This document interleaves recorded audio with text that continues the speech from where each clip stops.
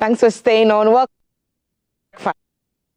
And we'll be stepping into our BFS kitchen to make some impotompoto. We'll spice it up with some fruit cocktail.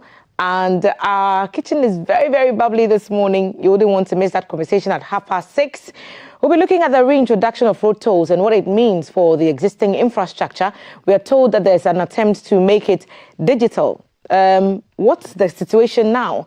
Are the traders excited? Are the road users excited at the reintroduction? We'll be looking at all those things later on in the show. Of course, it's Thursday. Reverend will be joining our headlines team to look at all the stories that are making the headlines, and we'll discuss in some detail the mid-year budget review and the announcement that the finance minister made on the floor of Parliament. On the lighter side of breakfast, we'll be having breakfast with the musician named Baka Dabri, and we'll try to get to know them a bit better. All that on this breakfast table. Remember, there's some sports news as well, and we'll be heading into the streets to look at the situation on our roads. Maltiti Saida Sadiq is standing by with the news at 6. This is Breakfast on GTV.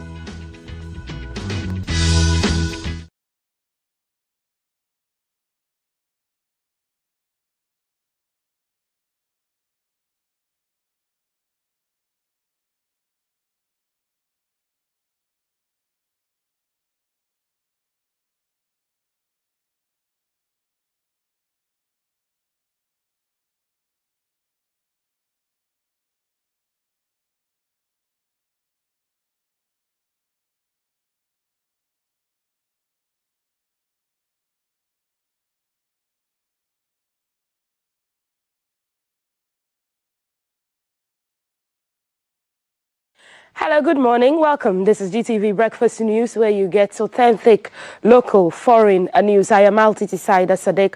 Big stories making headlines. We'll take you to the court to look at the aftermath of the budget, mid-year budget review, do business and trade, and take you to the foreign front, where a plane crash in Nepal has killed close to 18 people. You can watch the news live on GTV Ghana on Facebook. We're streaming on YouTube as well at the GBC Ghana on the DSTV channel 278.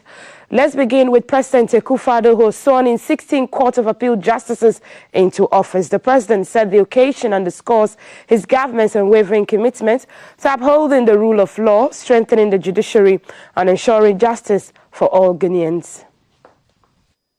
The 16 justices sworn into office were 12 men and 4 women. The elevation comes on the heels of the advice of the Judicial Council that they are eminently fit and qualified for the position of justices of the Court of Appeal. They are Justice Charles Gyamfi Danquah, Justice Gifty Dechem, Justice Kofi Akroria, Justice Richard Mark Kojakpoa, Justice Kwesi Boakye, Justice Alexander Osei Tutu, Justice Francis Obri, Justice Lydia Osei Mafo, Justice Abuaje Tando, Madame Miriam Ajiman Jesse Jawari, Madame Ya Nyamie Jacobu, Francis Kofi, Charles Leopold Battels, William Zwenes, Berima Yao Kodie Opon, David Kwabena Adadeboafo, and Dr. Poku Edusei.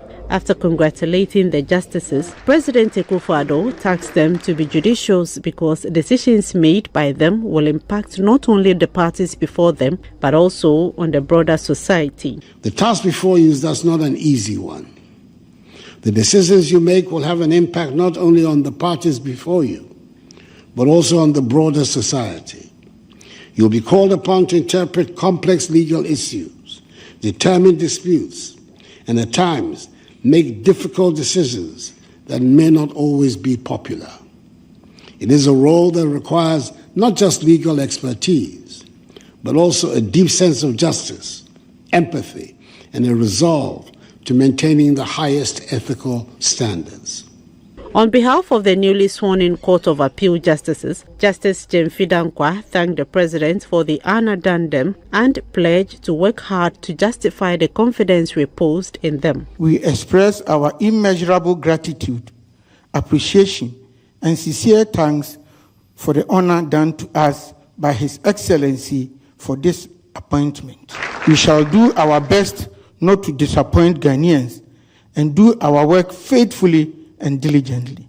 The Chief Justice, with the support of the Judicial Council, is to establish permanent panels of the Court of Appeals in 5 locations, Sekondi, Koforidua, Kumasi, Tamale and Accra, to meet the increasing demand on the judiciary.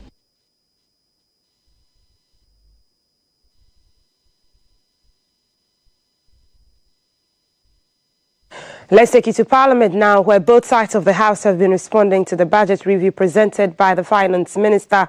Minority Leader Dr. Kesil Atuforson described the statement as one without the necessary strategies to grow the economy. The Majority Leader, Mr. Apenyo Making, on the other hand, believes that government has done enough to return the economy on the path of growth. Today, we have 1.6 million Ghanaians benefiting from the free SHS. As compared to the 800,000 we came to meet. So that social intervention program, providing a platform to educate our citizens, is on course. 2, the LEAP, the Livelihood Empowerment Program. What it is that when we assumed office, the NDC government was managing it with just 49 million Ghana cedis.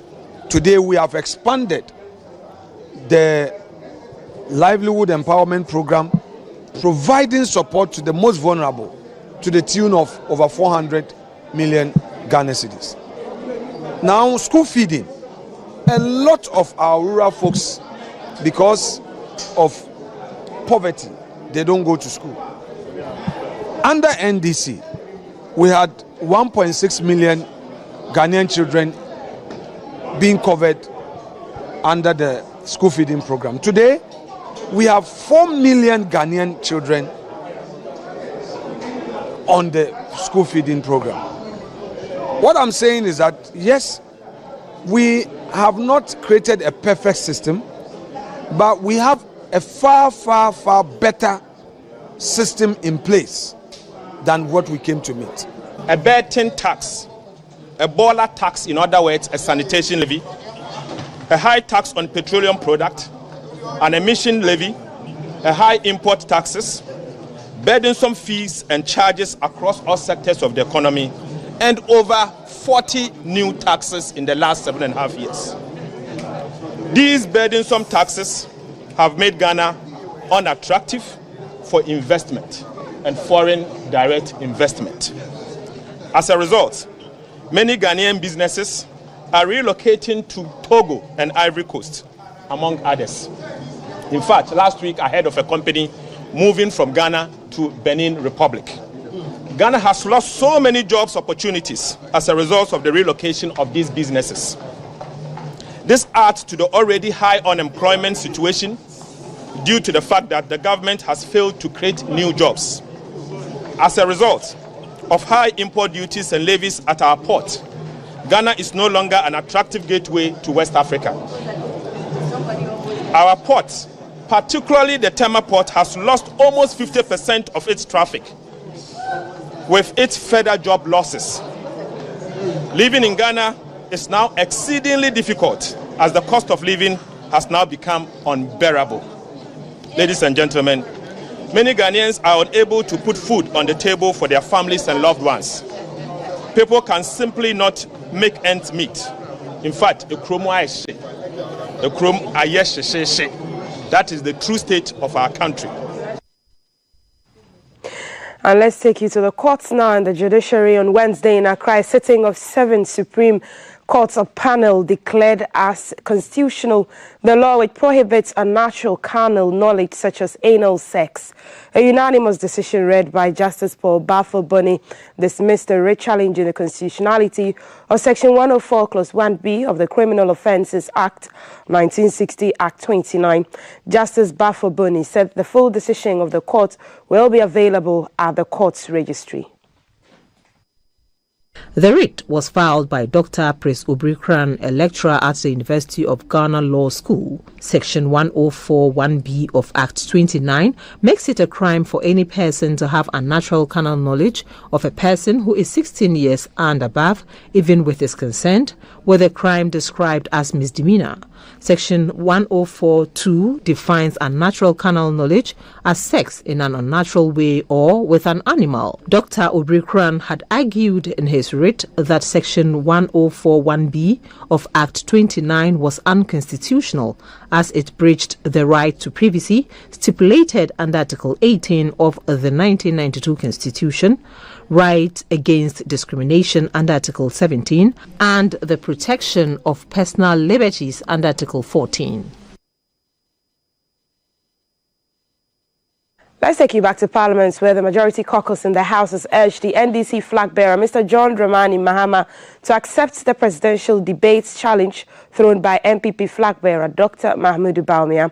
The Vice President, Dr. Mahmoud Bawumia, declared dead Mr. Mahama to debate ahead of the December polls, but the 2024 Mahama campaign team declined the offer, contending that nothing is left to debate on the economy. The team also insists that Mr. Mahama does not need a debate to sell his message. Now we, the majority caucus, are by this calling on President John Dramani Mahama, former president of Ghana and flag bearer of the NDC, not to run away from the debate, not to stay away from debating Dr. Bawumia. We are not afraid of the facts and the figures. We are not afraid of our track record.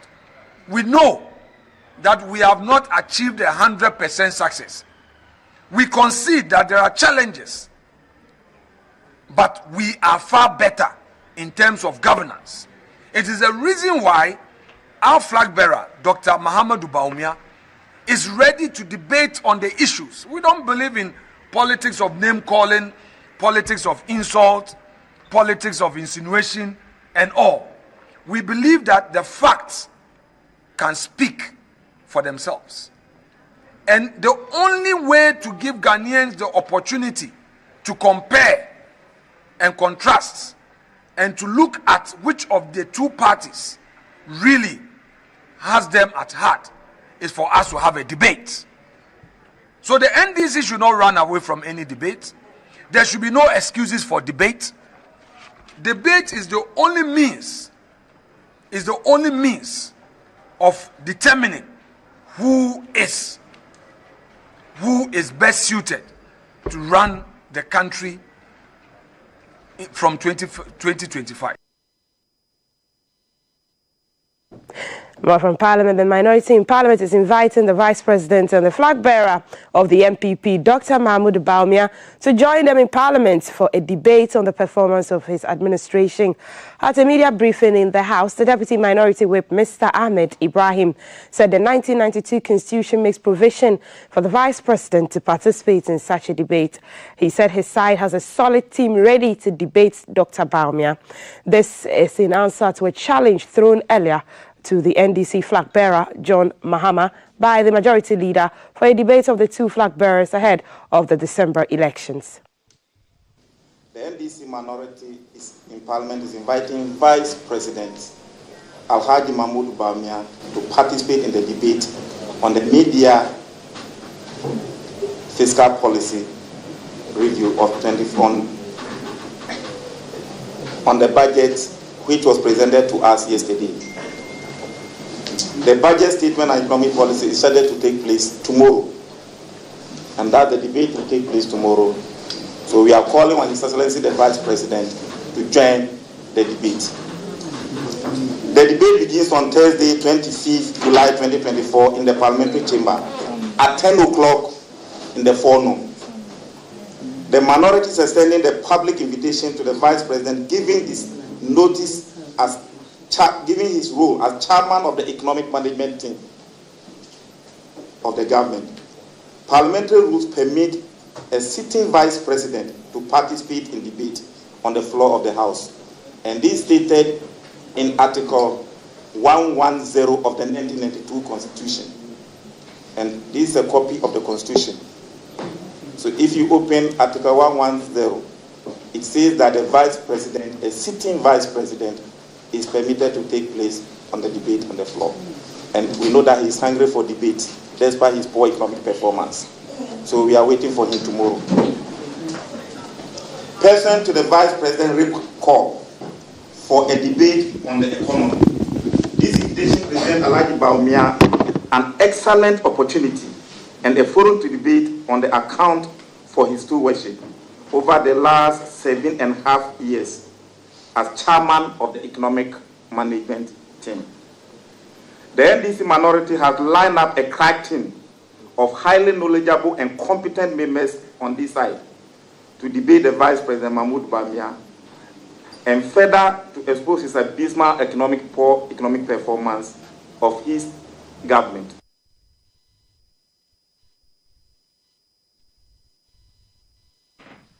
And away from Parliament, July 24, 2024 is exactly 12 years of the passing of the late former President John Evans Atta Mills. The late President, Professor John Evans Atta Mills, would have been 80 years if he were alive. In Accra, the National Democratic Congress, NDC, in collaboration with JEA Mills Memorial Heritage, organized a wreath-laying event in his memory and to recount his achievements. The ceremony was held at the Asomdwe Park in Accra. Peacemaker and unifier par excellence. He was also credited for the exponential growth in other sectors of the economy during his tenure, such as the attainment of single-digit inflation of about 8.4%, one of the lowest inflation rates Ghana has attained in 42 years, including a reduction of Ghana's budget deficit to 2% of the GDP as compared to 14.5% in 2008. He was praised by US President Obama for making Ghana a good news story that had good democratic credentials. At a wreath-laying ceremony to mark the 12th year of his passing, the Superintendent Minister of the Tema Manhia Circuit of the Methodist Church, Very Reverend Justice Amos Pobi, entreated all to emulate the very nature of former President Mills as a peacemaker and refrain from conflict.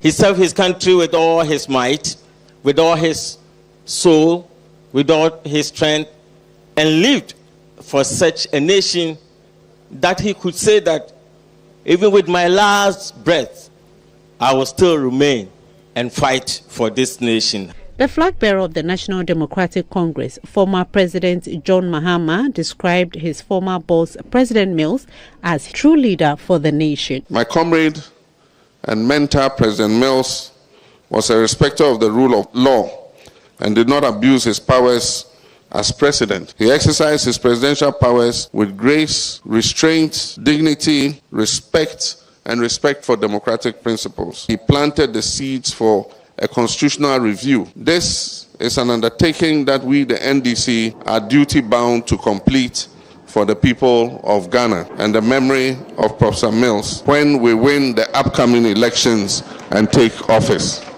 on 7th January 2025. A minute's silence was observed in memory of the late president during the wreath-laying.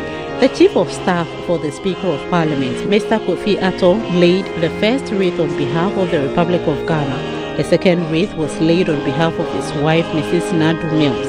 The third wreath was laid by the NDC party, led by its chairman, Johnson Esidu Ketia, while the remaining wreaths were laid by the NDC's flag bearer, John Dramani Mahama, and his running mate, Professor Nana Jane Opoku-Agyeman, Atta Mills' family, and the JEA Mills Memorial Heritage Board members. The last commemoration of the 12th anniversary of the late Professor John Evans Atta Mills comes off on July 27 at the Theodosia Okun Hockey Pitch in Accra. This is open to the general public. More on the passing of Prof. Evans Atta Mills, the 12th anniversary. Sister of the late former President John Evans Atta Mills, Mrs. Mercy Kwashe, has criticized Mr. Koko Onyidoho for holding an event at the tomb of the late former President. without authorization from the family. She says this is out of order and disrespectful to the family and the memory of the late former President Atta Mills. Her remarks follow disagreement at the Asomdwe Park team on Monday, where Mr. Nyidoho brought individuals who claim to be family members of the late president to the wreath-laying ceremony, delaying the memorial service planned by Atta Mills' relatives and NDC members. Mrs. Kwashi rejected and described the individuals as non-family members, stating that they are unknown to the true family members of the late former president, Professor John Evans Atta Mills. This morning, we came to find a very ugly scene. Some people that were brought in by Koku Aido, pretending to be the real relatives of Atta Mills. That is never true. We don't know them from anywhere. And they were here. He has schooled them, telling them that the rest of us, we are paternal brothers and sisters, and they are the real Atta Mills family. It was so disgusting to find an 80-year-old woman pouring libation and hitting her tummy, saying that Fifi Mama won.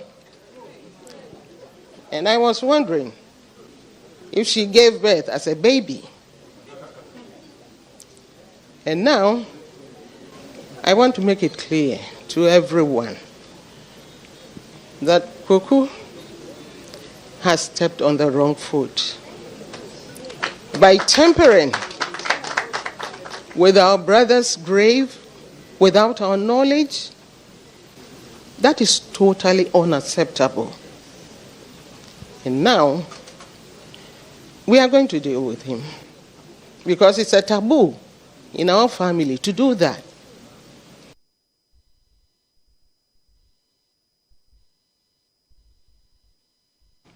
Let's now take you to the foreign front. In a rare televised address from the Oval Office on Wednesday night, his first public comment since he abruptly ended his re-election bid on Sunday, he spoke of his accomplishments.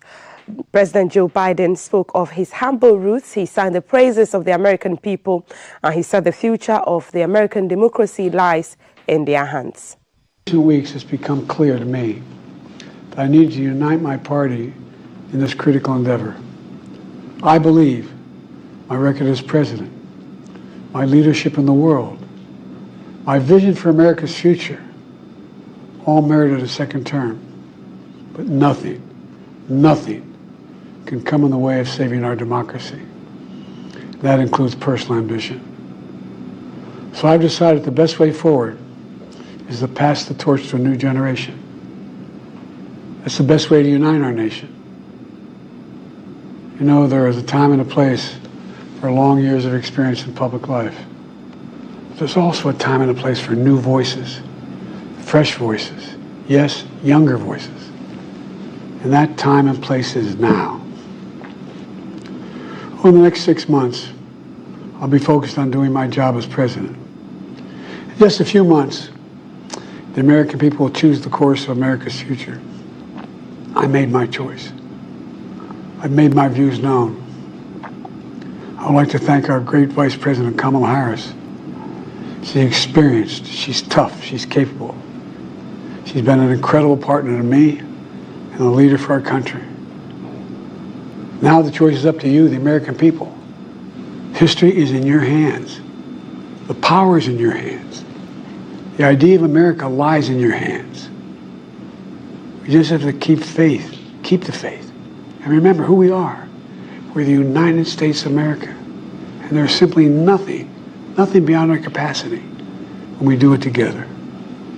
So let's act together. And to some unfortunate news where a passenger plane has crashed and caught fire shortly after taking off from Nepal's capital, Kathmandu, killing 18 people. The Civil Aviation Authority of Nepal said in a statement that the pilot was the only survivor of Wednesday's crash. and was being treated in the hospital. 19 people were on the test flight conducted by the domestic carrier Soria Airlines, including the technical staff members and the 2 crew members who were on board. Kathmandu for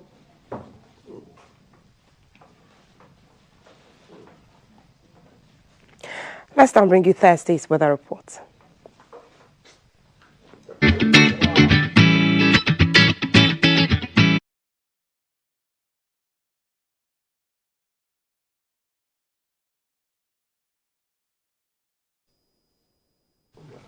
Let's go to the phone lines now and speak to our chief meteorologist, Felicity Ahafionyo, for our report. Good morning, Felicity. How is our weather going to look like? Fair weather conditions. Can our planes fly okay in the weather conditions for today across the country, looking at the unfortunate news that we just saw? Yes, for over Ghana, we expect it to be fairly cloudy over most areas. But then this morning, we expect slight rain over the coast and then part of the northern sector. In the afternoon, too, we expect it over the north, the upper east, upper western part of Oti region. Then by evening, we expect it to spread over those around the Bono East and then Ahafo and part of the western north into the western region. For Volta region, we expect those around the Bando Hohwe areas to be affected in the evening hours. For the fisherfolk, we expect the state of the sea to remain rough, so for their navigators, they need to be a bit careful. For temperatures by afternoon, we expect 29 for the coast and the transitions of that. Those of us in the forest and the northern sectors, we expect an average temperature of 31 degrees Celsius. In terms of convective thunderstorms for Ghana, just some stratiform type of clouds that will be producing some light rain or drizzle.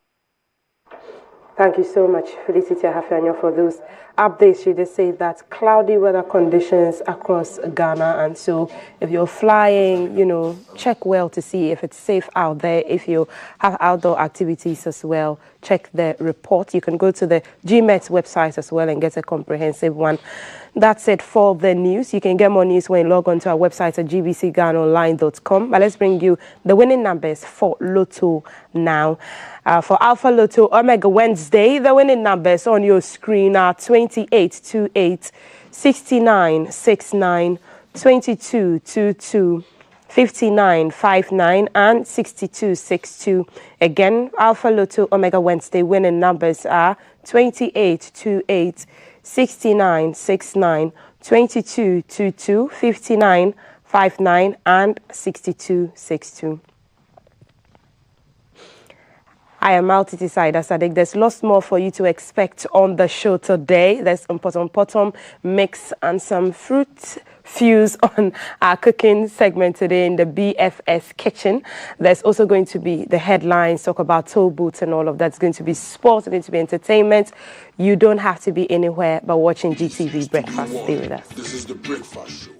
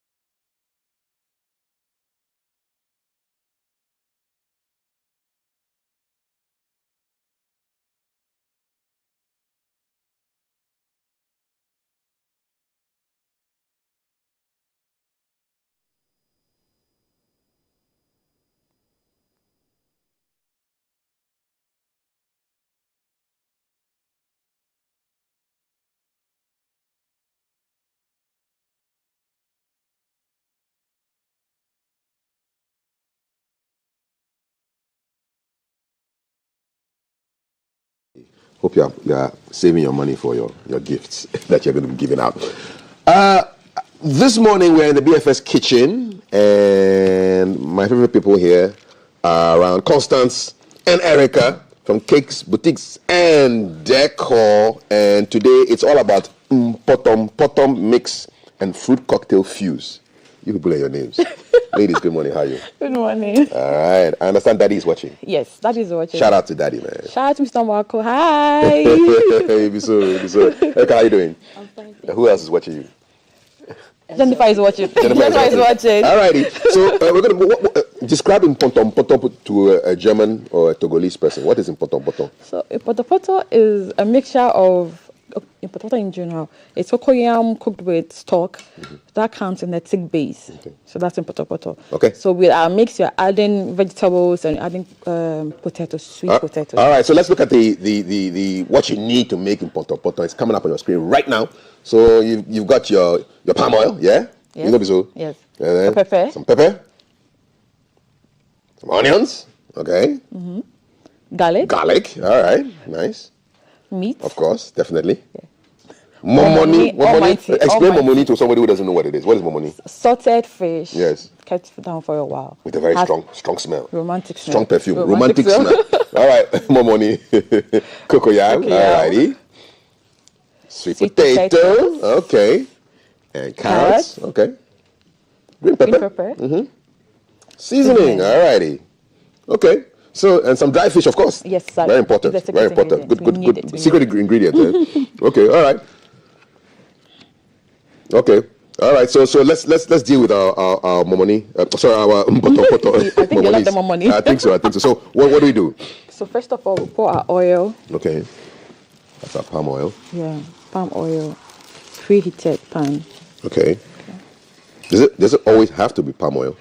Not necessarily. Okay. If you're not a palm oil fan, you don't need to use palm oil. Okay. But I love the aroma. Okay, the aroma of palm oil is really good. Yeah, really nice.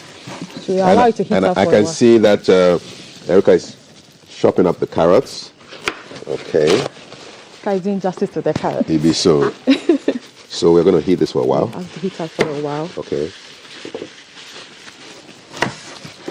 And so for what we are cooking right now, I mean, how much would you have this? How many people can it prepare a meal for? Okay. And how much would be the budget, really? So this can serve for 5 portions. 5 portions? And then you spend about 120 to 130 for this. Okay, alrighty. No. Okay. Okay, my chef. Okay. Do I stir something? Of course. Okay, alright. So I'm going to add the chopped onions and garlic. Okay. And I'll drop in my momoni.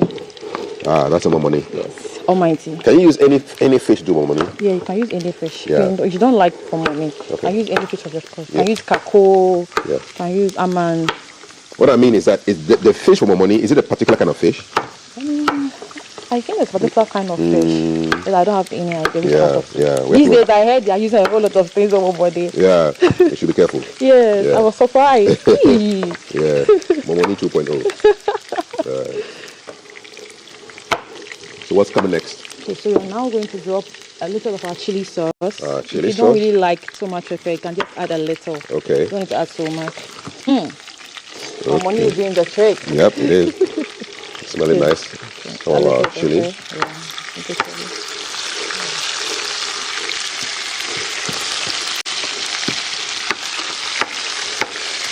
Then we drop more dry fish. The dry fish is going in. Yes. Oh, dry fish. Oh, yes. We have kako, aman,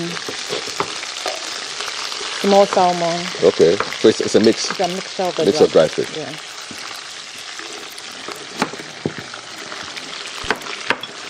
Is Kobe in the mix? Kobe in the mix. Yeah. So you got momoni, you got your Kobe. Yeah. Allow it to simmer for a while so you can extract all the juice and the flavor together.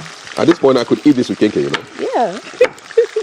Is it technically possible to eat this? Okay, you need to add a little, maybe tomatoes to it. To bite it small. Smells so good, man. That's so good. Wow, what is this? Kako. Kako? So kako, momoni, and Kobe are all in the mix. Hey! Okay, now I'll add my steamed and semi-fried meat. Okay, some meat here. Yeah. Okay. Wow. Vegetarians, look away. This one is not for you. This one's for you.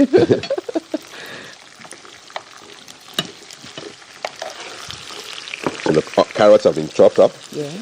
Uh-huh. So we cut the carrots a bit bigger than the usual because we want to feel the taste of the carrot when we are chewing. Okay, the crunch, right? Yeah. Because potato is kind of very soft. Yeah, very Yeah, soft. so the carrots will give it a crunchiness crunchy kind of mix. Yes. All right, what is this? So this is our beef stock. Beef stock. Yes, from the beef we fried earlier. Okay. So we add it to it.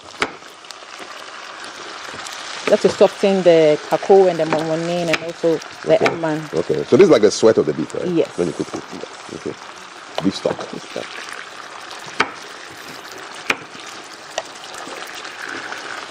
Yeah. So when you watch other people cooking, are you mentally grading them to see what they are doing as a teacher? I do. I'm sure somebody is grading you too right now. I know, right? One Akosia is there watching. What is this woman doing? I know that this old woman, she's like, hey, everything you cook is so expensive. We can't cook this in our various homes. I know what the ladies and those who know how to cook are thinking in the studio right now. And those who are watching, they are watching and thinking, affordable, what is this? This costs us woman cry. It's very What is he expensive doing? stuff. So we are giving local dish a vibe. Yes. So this is half prepared potato and cocoyam. We did it so that we can save time. Okay, so if good. you're in your various home, you just pour your stock in it, Okay. add your potatoes and then your cocoyam and boil together. Okay. Because we want to save time, we just did it halfway Okay. with water and salt. So how did it get like this? What did you do to get the cocoyam and the So we potatoes to look cut like this? the cocoyam and potatoes into small dice. Okay. Just like a little bigger than the carrots, and then we added a little water and so allowed it to boil, and that's it. Okay, so just boiled it. Just boiled it. Okay, and starch made it look like this. Yes. Okay. So I'm just going to dish. So you're going to scoop some in. Yep. All right. Then we'll give it a nice stir.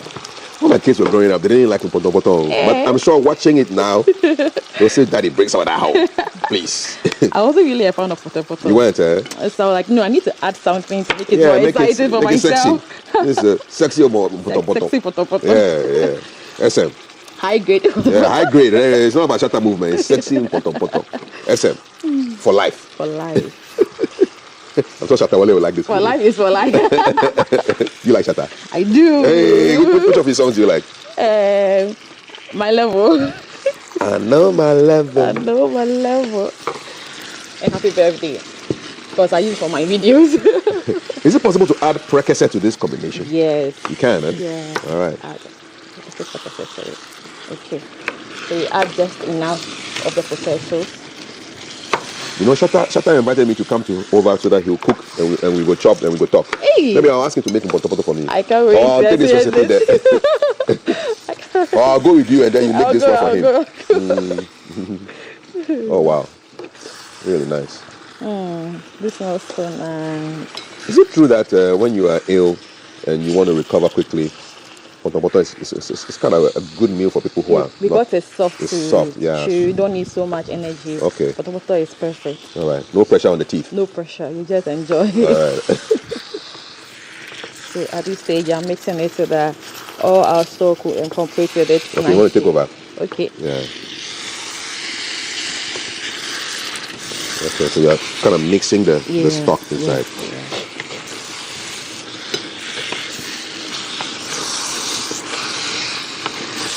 You can add more water if it's necessary. Okay.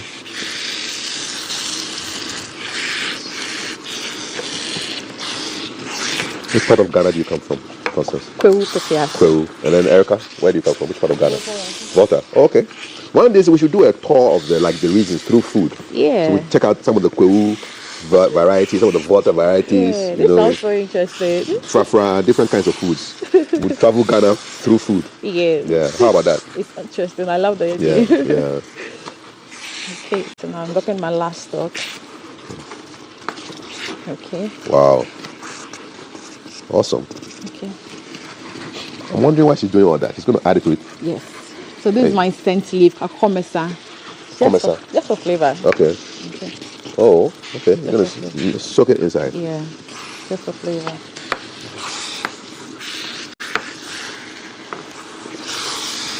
All around the country, I can see people doing this.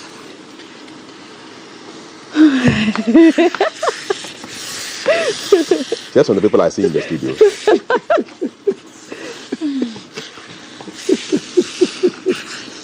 We tease you, Papa. Do you have cats at home? I have dogs. Dogs. You know how when you're eating and then the cat just comes there? My dog does that a lot. All around the country, people are doing that. I wish you can smell what we are smelling. Maybe they will eat you the food. No, I can describe the smell for them. Okay. So what's next now? So now we are dropping all our veggies. And wow. So carrots done. Onions gone.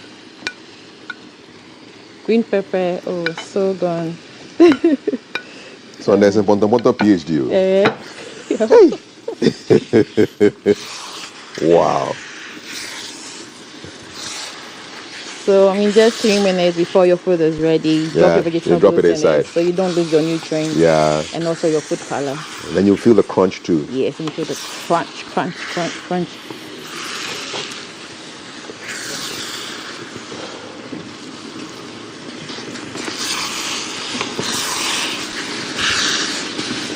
Okay. So at this stage, we drop a little of the palm oil. Some for color? Just for color. Charlie, I'm smelling everything. Dry fish. Yes. More money. More money. Kobe. Kako. Meat. Cocoyam. Potato. Garlic, onions. Green pepper. Carrots. Palm oil. The potato is in potato. Lord have mercy. Right. Okay, so time for presentation? Yep. Amazing stuff. Okay. I was going to say if you put it in a black plate, it will go beep. I think that's what you're going to do, right? No. Yeah. Okay. So this is the Pontomoto mix from King Boutiques. In Deco. And Deco. Okay. Fabric. Hey.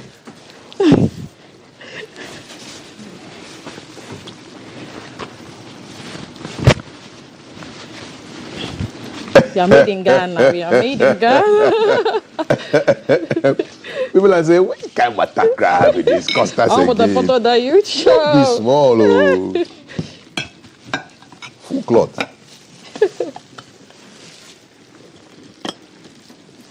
It's the presentation. They say we eat with our eyes. Yes. So yeah.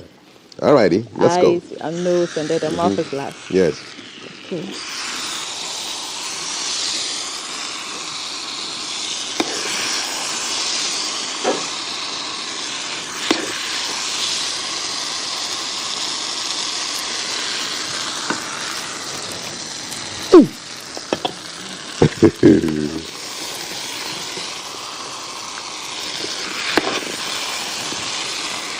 Okay.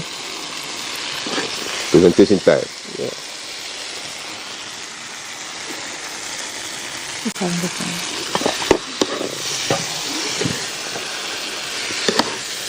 Some Pontomoto is good to go.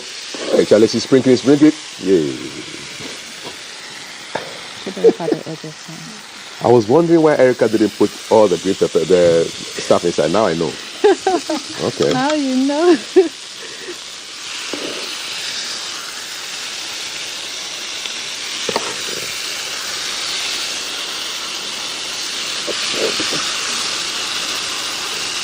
Okay.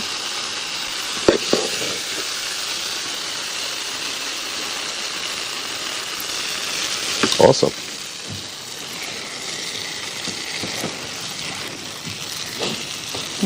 Sprinkle.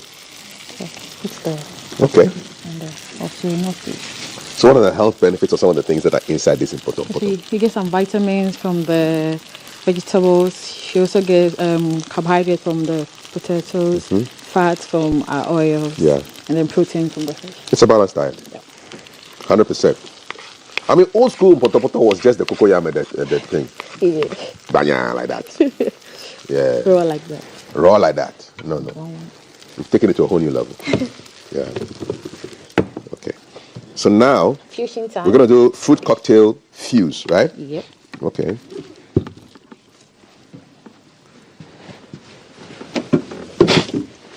Put this here. Okay, clean up as we go.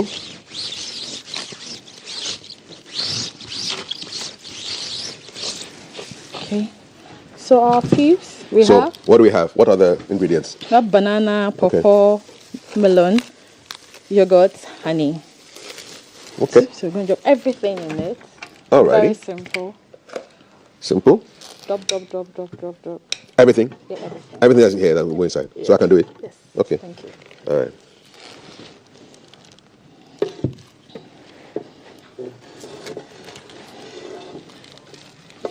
Okay, so if you've got your pawpaw, you've got your banana, it's going in right now. Yeah. Then you've got your melon as well. Yeah. Watermelon, yeah.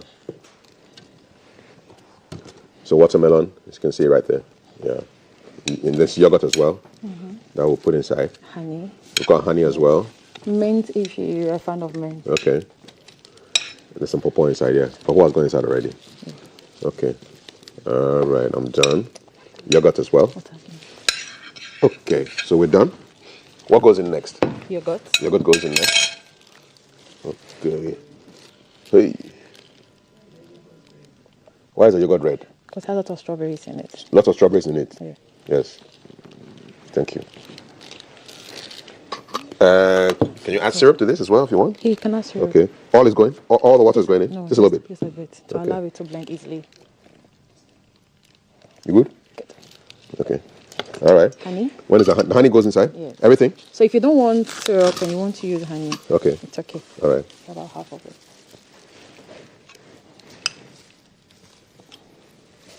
Fruit cocktail fuse.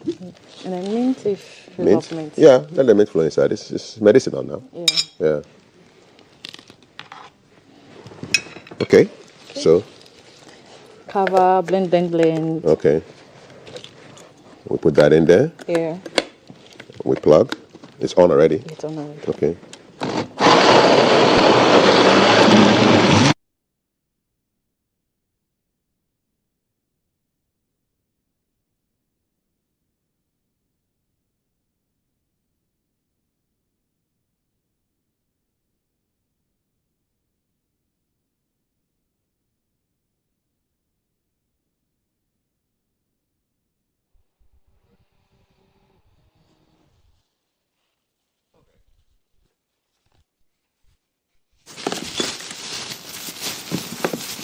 Here we go. Okay. Serving time. Yep. Okay. So drop the inside. Okay. There's absolute silence in the studio. People are mesmerized. Go over you. Go over you.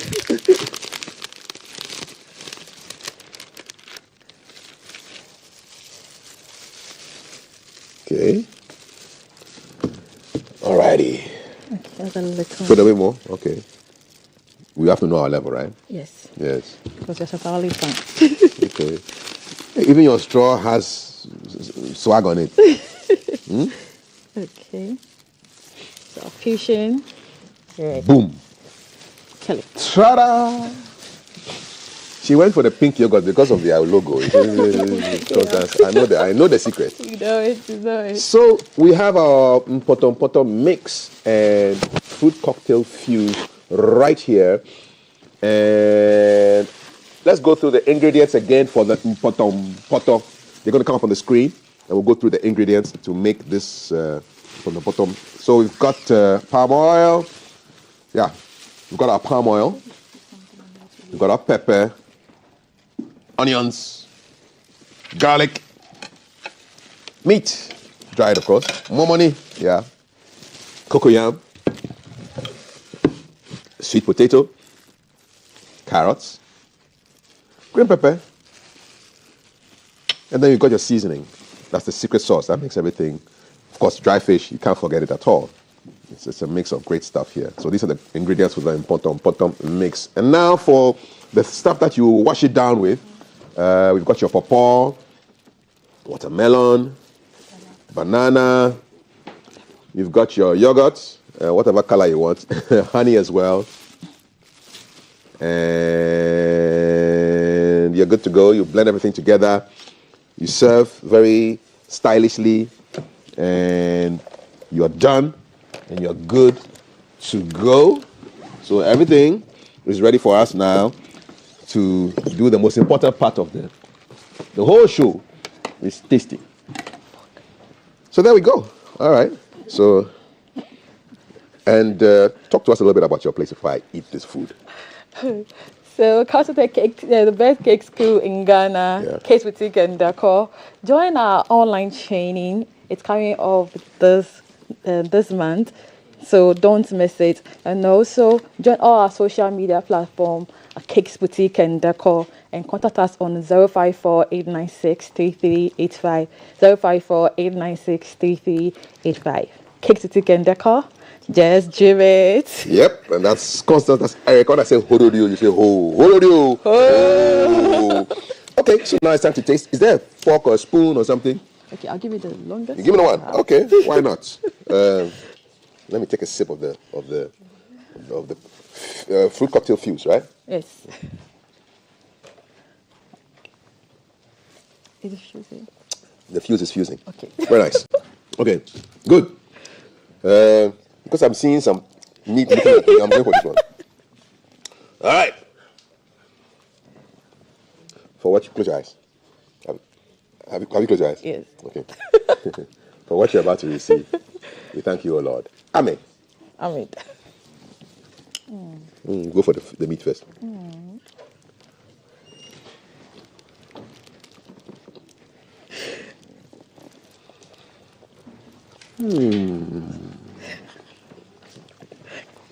At this point, I don't even know what is happening at 7,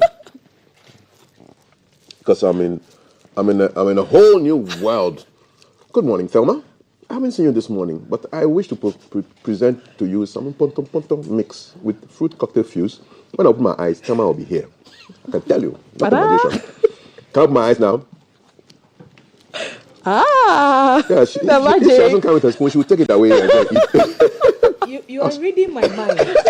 Carry go. That's a good way to start the morning, by reading my mind. 7. Thank you. Lovely. I don't think I've ever seen in Poto this fine. But it is coming to steal my food. But you can. Someday. Okay. You know that boy is far. So let's feed you so that you will enjoy Accra a bit more. Thank you. This is lovely. Thank you for giving us inspiration to do. The guest is in. Qualette yours. Oh, I thought you were going to pass this on. Thank you. Excellent. Kav, should I come help you? So Kav has deliberately stolen all the spoons so that it's a stealing spree this morning. I'll use my hand. Natural fork. Where can we find cake boutiques? Tetebu Wager. Tetebu Wager. Yeah. Let's come learn how to do some baking and icing. Are you taking students? Yeah, admission is still in progress. So anybody interested in cake baking and sugar craft, interior and exterior decor, come to Cake Boutique and Decor. The best school you have to do it. Okay. Let's leave you to it. Her favorite musician song from Shatta is "I Know My Level." I know my level. Can you sing? Very wise thing Can you sing it? No. Which level is that? I know my level. Level 2. I know my level. What's the level of cake? My level. The highest level. High level cake. We've got conversations on the road tolls. We've got our current affairs with everything that's happening in Ghana today. We've got sports. We've got throwback. We've got potom. Bye-bye. For now. Bye. Pineapple in it. I had pineapple. Oh, you should have pineapple. That would be nice.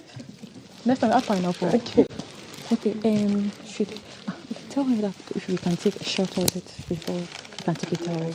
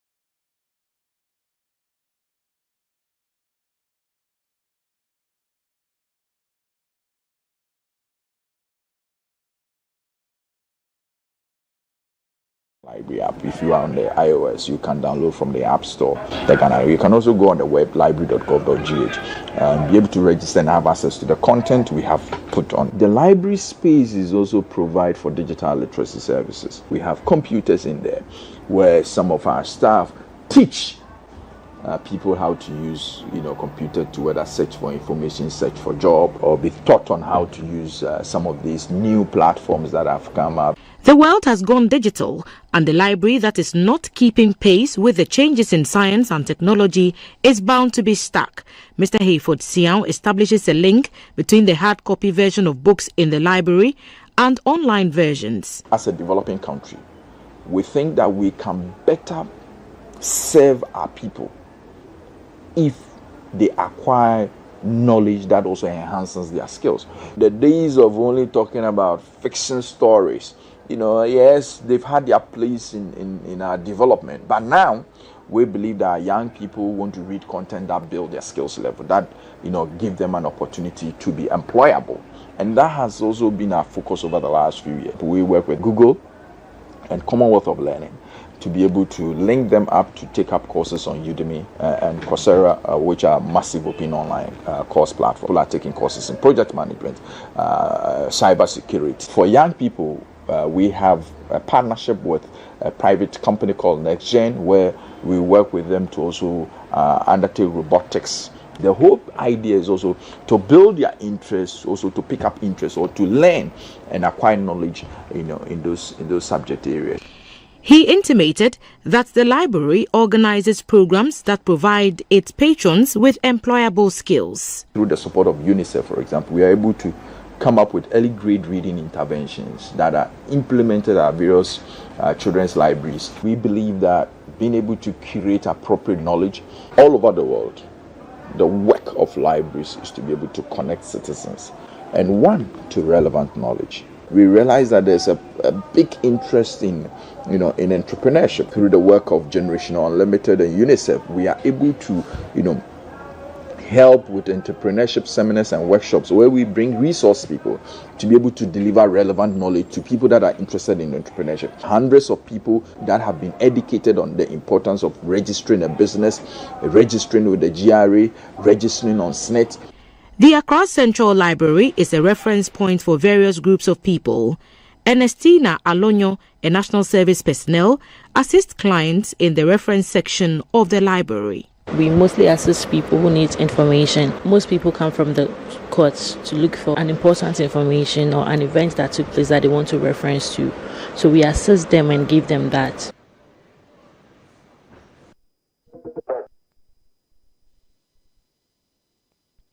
Live from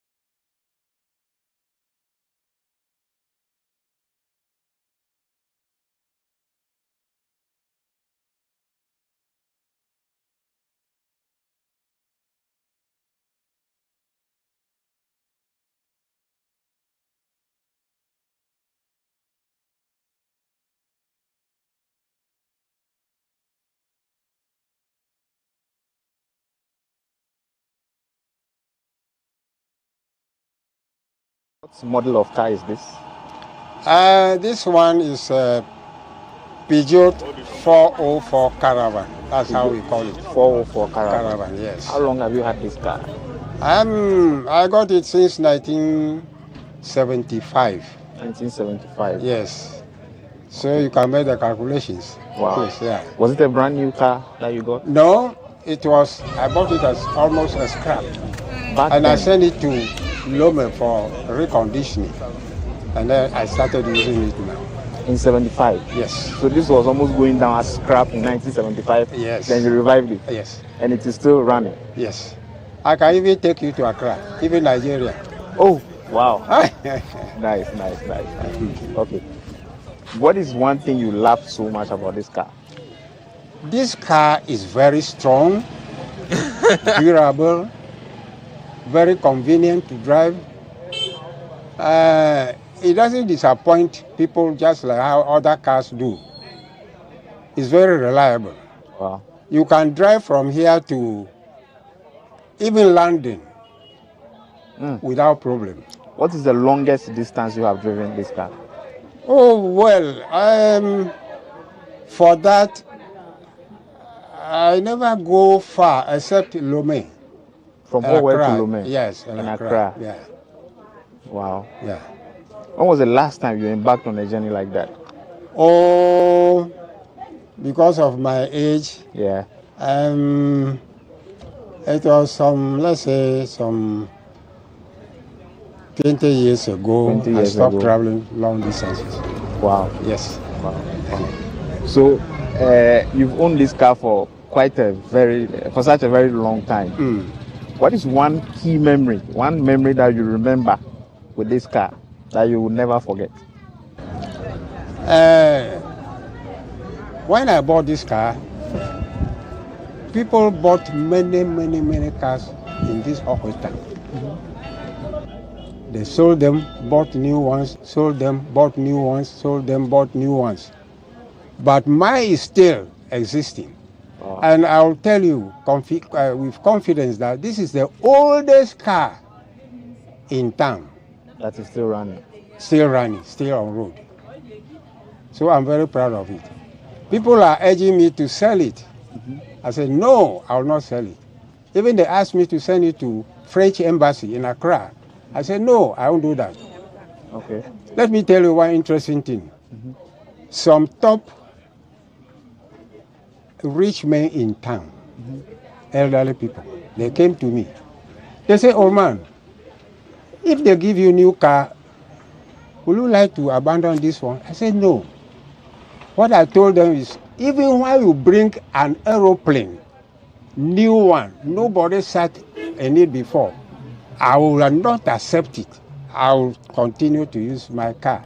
They laugh. It was a joy. It was a very interesting scene that day. How does it move now? How is driving this car like currently? It moves smoothly. Wow. Easy to drive. No problem. Because I maintain it every time. Okay. So when you talk about, you maintain it every time, what do you do in terms of maintenance? Anywhere I want to go, I want the car to be ready for use. Okay. Because I don't want disappointment. Okay. So anytime I want to go to some place, or even when I travel, I come, I set into the fitting workshop to check things for me. Okay. So that it's always in good condition for use. Okay. Yes. Why did you paint it this color? Why is it sprayed in this particular color? And the seats are also matching the color. Is there any particular reason why? Yes. If we look around the whole world, the color that is most seen is green color. Okay. Green color. You see, the whole everywhere. world is a vegetation of green. Okay. So, to show appreciation of God's creation, nature, that is why I painted it green. And my clinic too, I call it Green Herbal Research Center. Green Herbal Research Center. Research Center. Yeah. You are a doctor? Yes, I am traditional medical practitioner. Still practicing? Still practicing. Wow. By the so grace of God. This is your official vehicle that takes you to work and back? For everything. Wow. For everything. For business, for pleasure, everything. When young people see you driving this, what do they say to you? They marvel. And all the time when they see me on the wheel, they wave me. Say, old man, old timer, old man, old timer. So they feel happy. And always people are demanding that I sell it to them. No. I said, no, I won't do that. But you will never sell them? No, I will never sell it. Wow. Yeah. How are the roads treating the car? The roads are very, very, very poor. Mm. Not only Hawkeye here, nationwide, as we all know. How does it affect your driving? Oh!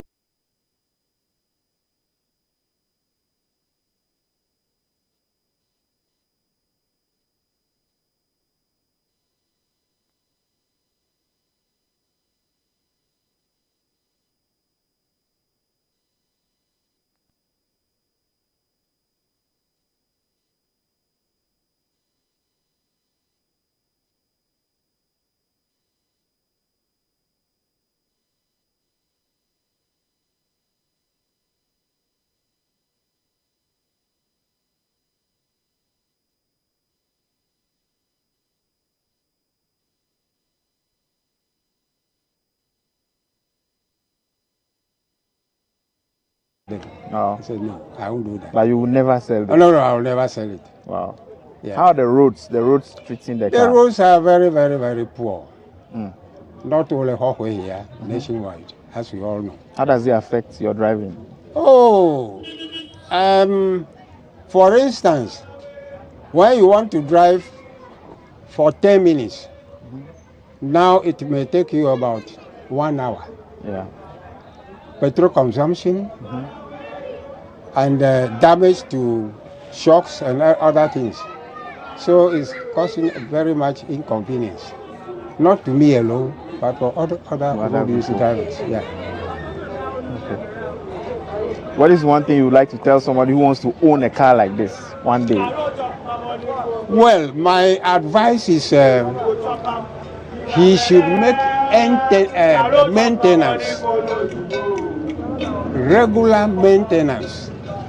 Let me tell you one interesting thing. Okay. Some time ago, far back, about some 30 years ago, somebody asked me, does your car spoil? I asked him, why do you ask me this question? He said, every day I see your car on road. That is why I'm asking you that question. Then I laughed. Eventually, that person too bought a car in the future. So I asked him, does your car spoil? And we started laughing. Yeah. So my advice is maintenance, regular maintenance. Yeah. That's all. That is the secret. They say old car. For me, there is no old car before me. It's regular maintenance. Okay. So back to the car. The engine that was in the car when you bought it in 1975 is the same engine? No. Okay. I put 504 Peugeot engine now. Inside there? Yeah. Okay. I'm no more using the 404 engine because the parts are scarce. Okay. Yeah. But the 504 you can get Yeah, I can get it every time. Yeah. I saw the gear lever. I saw 1, 2, 3, 4, and R.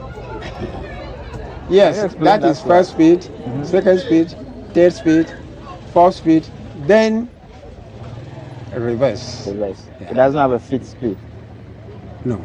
It's only up to 4. Yeah.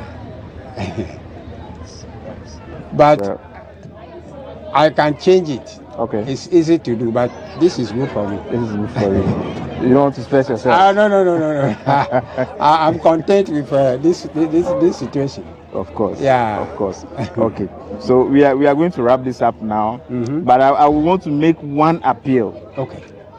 I would like you to move this car briefly for us to film. Would you be able to do that for us? Oh, with our pleasure. Okay, sure. So, one last question. Okay. Let's go back to the buying of the car. In 1975, how much did you spend buying this car? By then, I bought it 3,000 cedis. In those days, I think today that would buy what do you call it? Sachet water. So that's like 30 pesos now. Yeah, in those days. 75. Yeah. Wow. Wow. Okay. Thank you very much, sir. When people see me driving the car at my age, they are surprised. Now that you mentioned your age, how old are you, sir? Well, now I'm little over 90. A little over 90? Yes, by the Wow. grace of God. Wow. It's Congratulations. not within my power. Of course. It is God's blessing that at this age I can still drive this car. Awesome. Something I'm very grateful to God for giving me this opportunity. And it is glorifying His God, His name. Of course. Yes. Because He's the only one who can do that. Nobody. He has the strength, the power, and everything. Okay. Thank you very much, sir. You're most welcome. Okay. So Yeah. now we are going to wrap up now, but the ending shot, we would like you to just move the car briefly so that people will not say that people have gone to see some car that doesn't move and you are just recording. We want to see you move the car just briefly for us. Okay. Thank you very much, sir. It's a pleasure. Okay. Yeah.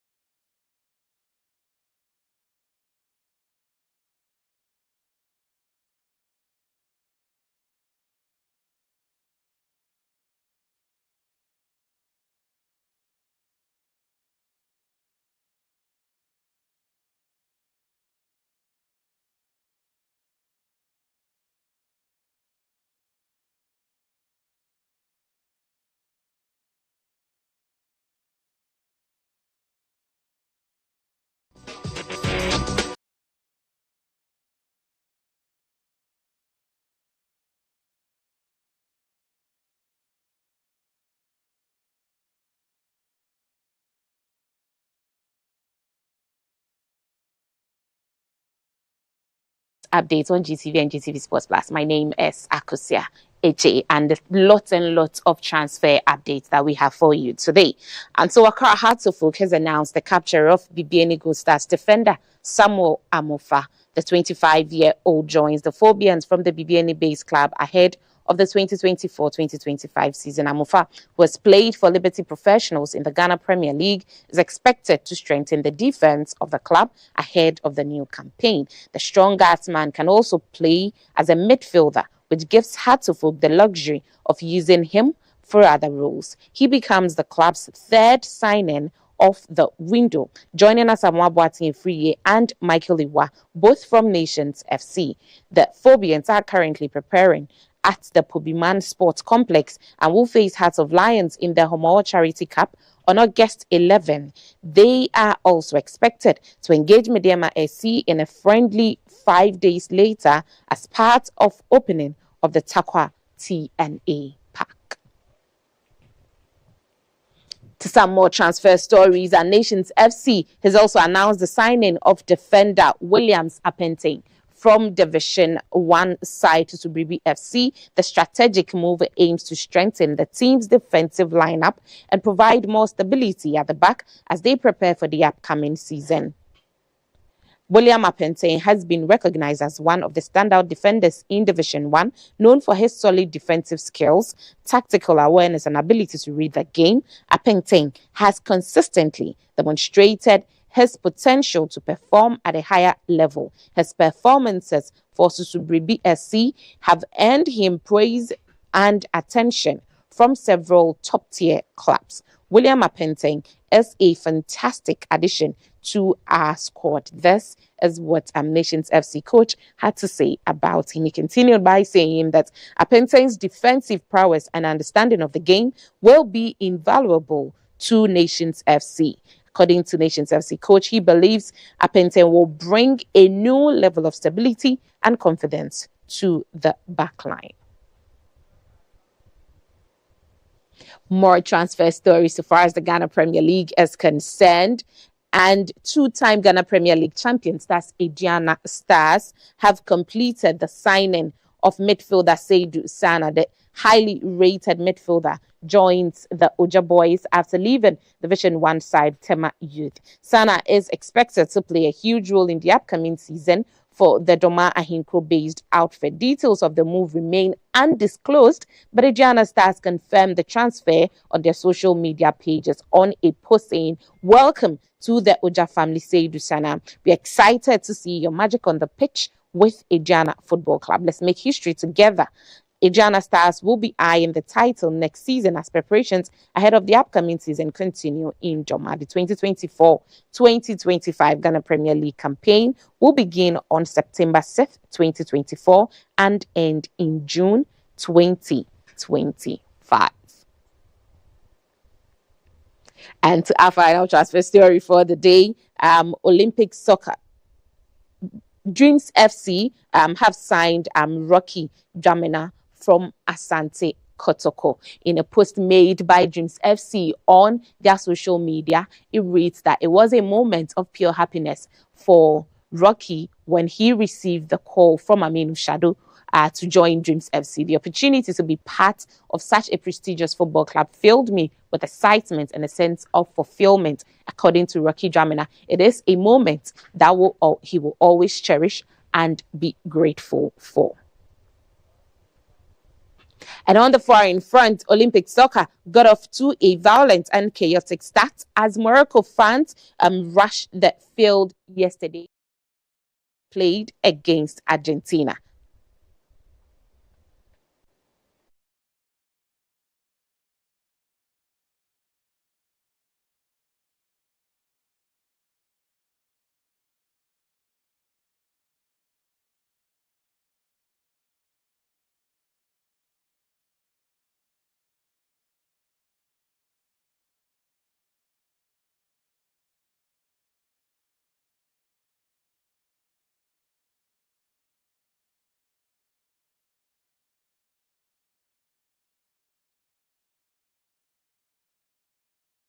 The first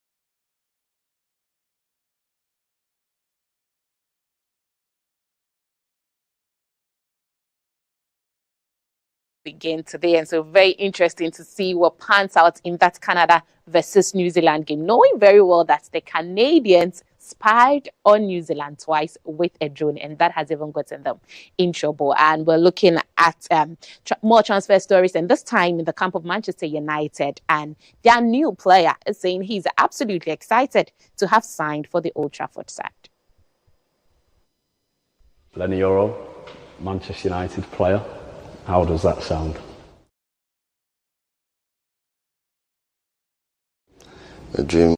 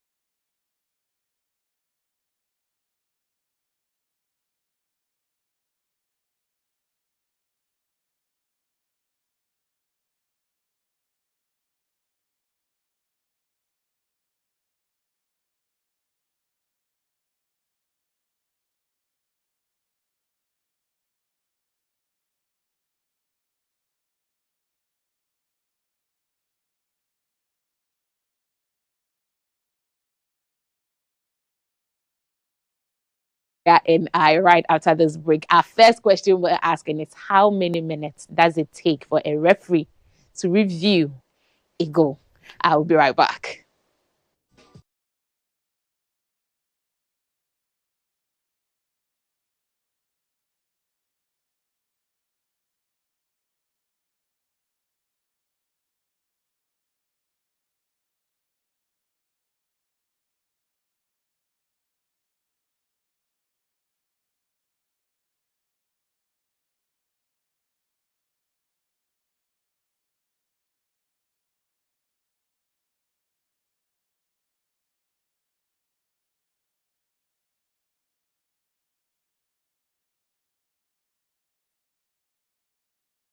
Wow. 2024. Wow. The year is just speeding.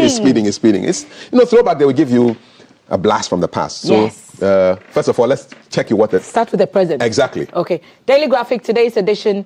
Unnatural carnal knowledge occupying the banner and unlawful anal sex use of vibrators are there still offences. The Supreme Court has made a ruling on the matter.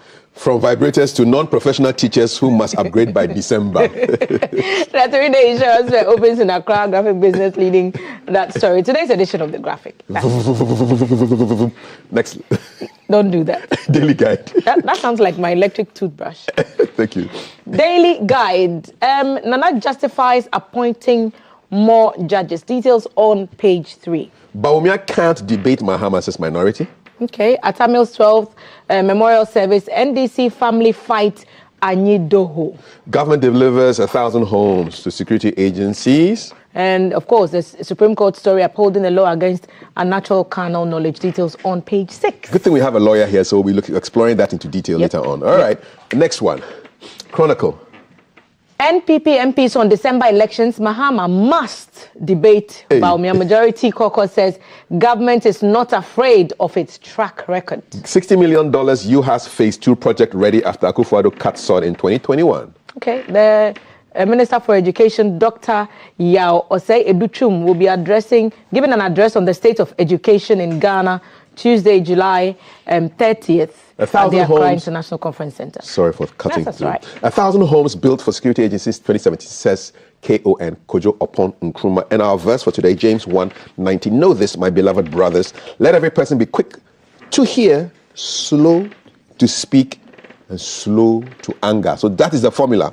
Quick to hear something, slow to speak, slow to anger. Protect your heart. My grandma always says there's a reason God gave us 2 eyes, 2 ears, 2 hands, 2 legs, but gave us 1 mouth. Yes. So everything must be, in proportion. Yeah. It be so. Supreme newspaper. Napo canvasses for Dr. Bawumia among traditional authorities in Greater Accra. Finance Minister emphasizes government commitment to transparency.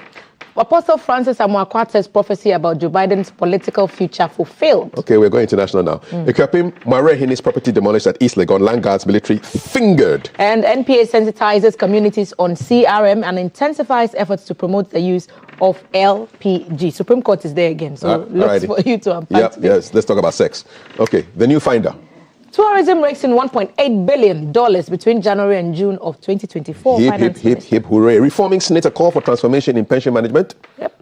Dr. Amwa calls for patience amid economic improvements. The Balancing Act, intelligence agencies in modern economies. 150,000 Ghana cedis to 50 million Ghana cedis available to SMEs under new fund. Okay, that's the new finder. The Showbiz graphic show. Long time. Oh, that's one of my favorite artists. The energetic Wiala. It be so.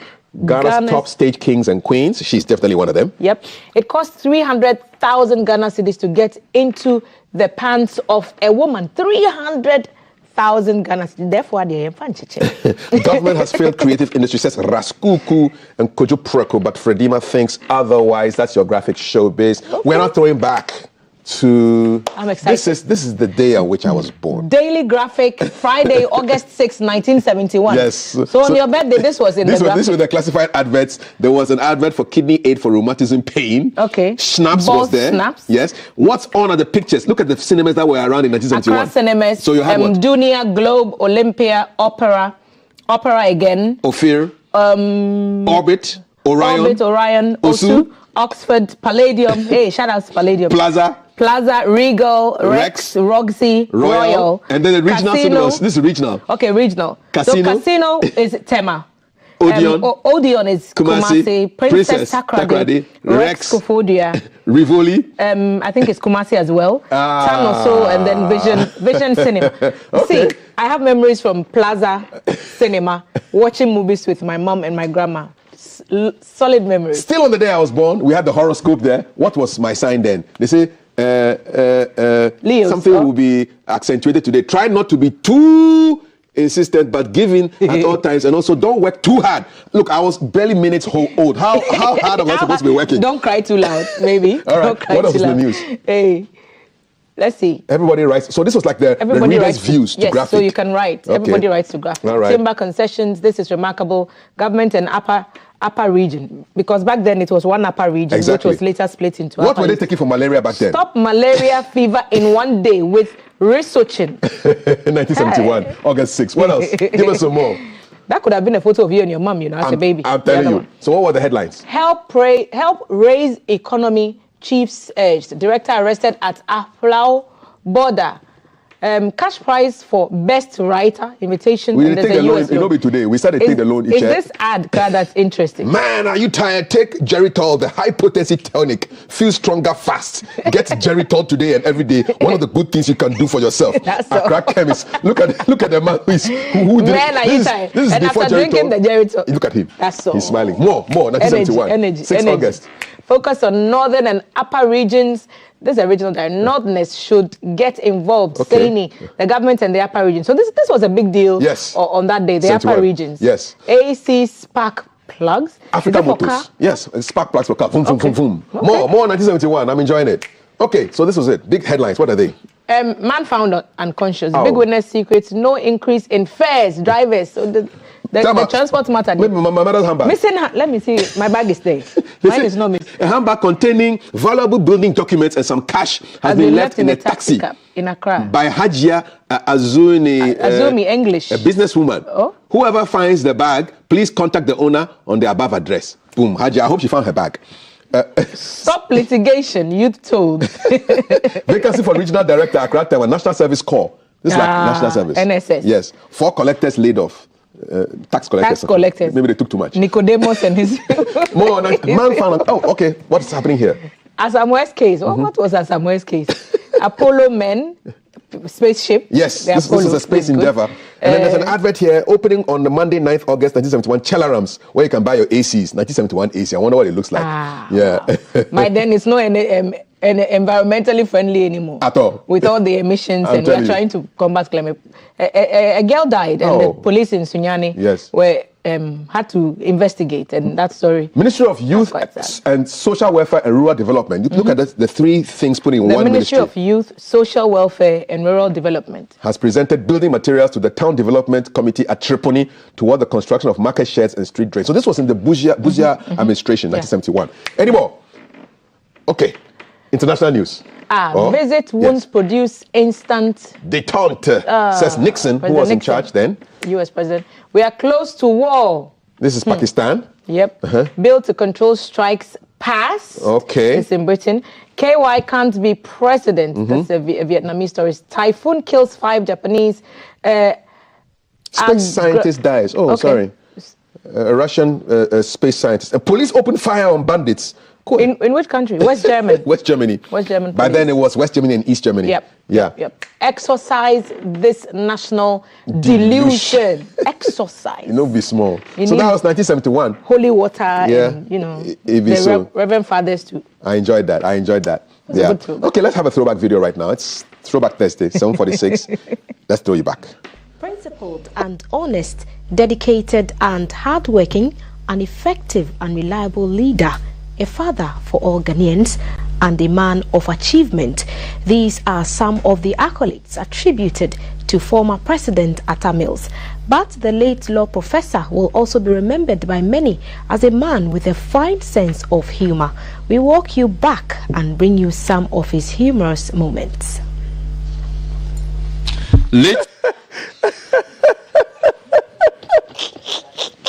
I don't like that. Go Thelma, it's your birthday.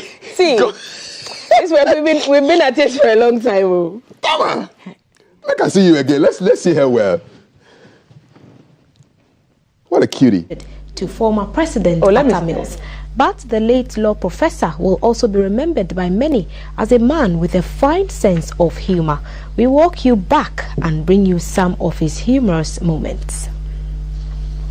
Principled and honest, dedicated and hardworking, an effective and reliable leader, a father for all Ghanaians. What kind of sexy voice with this? Yes, start to camera for that, you know. Welcome to the news. Hi, my name is Thelma Taki. Oh. We'll go for a quick commercial break. We'll be right back. So? Don't go anywhere. Bye-bye. My name is Thelma. See you. Oh, then let me not block the old We're name. not done. There's more. Because, Charlie, whoever did do this video, he did not try.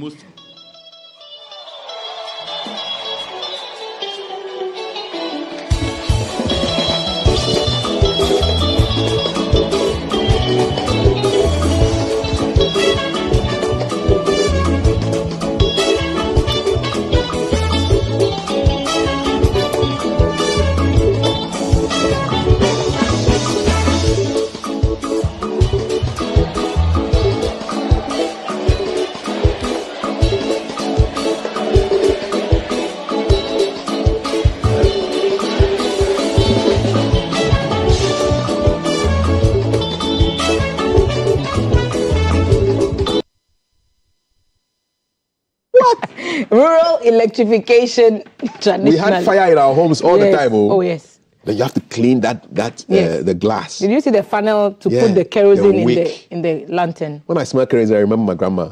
Same. Yeah. Same. Wow. You put the wick, and these things used to be sold. Yes. In it was a whole operation just to get lights. You get the wick, the shade. How many of you broke so many shades and got into so much my trouble? buttocks are the evidence. My mother beat the heck out of me. Be careful. But we've come so far as a country. Okay. Isn't this gorgeous? This is Enel is just... While I was at work, he decided to use a pen. Enel is incredibly talented. I loved it. And he does it look like me? Oh, it does. See, side by side. Let me step back. Side by side, it does look like you. It's an exact I agree. replication. And it looks like my father. My father looks like this. He looks yeah. So. Oh, bless him. This is gorgeous. Enel did great.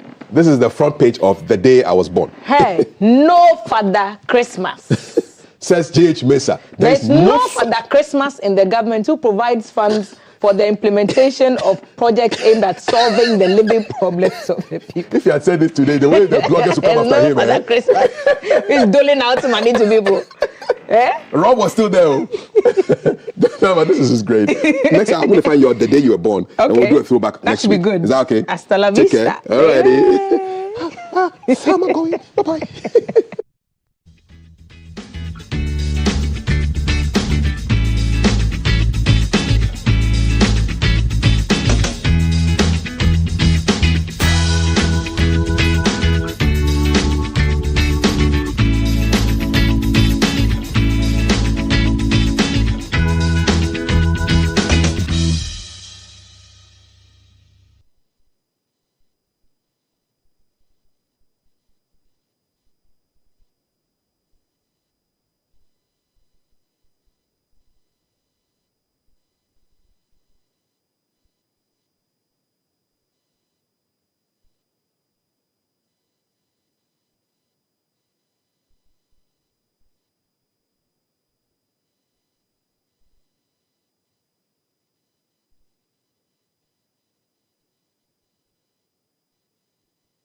Alrighty, good morning. Welcome to the show. I'm here with lawyer and energy expert Kwame Jantwa, who was enjoying our throwback seriously. So, Kafi, what year was that? It was 1971, 71. Where were you in 71, sir? From 1. You were from 1? Lovely. It's just come like that, eh? Yeah.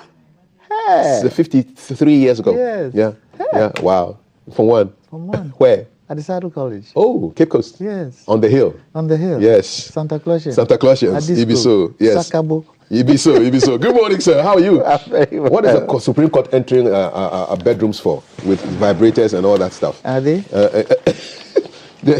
I want to get the headline. So the Daily Graphic had a story on that, and I think so does. It's got to do with an applicant who sent. Yes. So I just want to get the meat of that story because as matters of sex, we're all here as a result of sexual activity, and so which is good. Yes. So depending on how you do it. Exactly. So I just want to get that story in. It was a headline. Yeah. So it's unnatural carnal knowledge. Unlawful, says the Daily Graphic, and I'm just getting the story to read for you this morning because I'm sure it's going to make a lot of headlines. Should I read it? Yes, please read it for me, Mr. Johnson. The Supreme Court of Ghana, in a unanimous decision, has declared as constitutional the existing criminal law against unnatural carnal knowledge of another person of not less than 16 years of age. Okay. The court ruled that Section 1041B of the Criminal Offences Act 1960, Act 29, which is being contended by the applicant, Dr. Obri Krang of the University of Ghana School of Law, is constitutional. The applicant argued that the said provision sins against Articles 18.2, 17.2, and 14.1 of the Constitution. The plaintiff's complaint of unconstitutionality of Section 1041B of Act 29 was grounded on the breaches of the said section to rights of privacy, non-discrimination, and liberties of a person.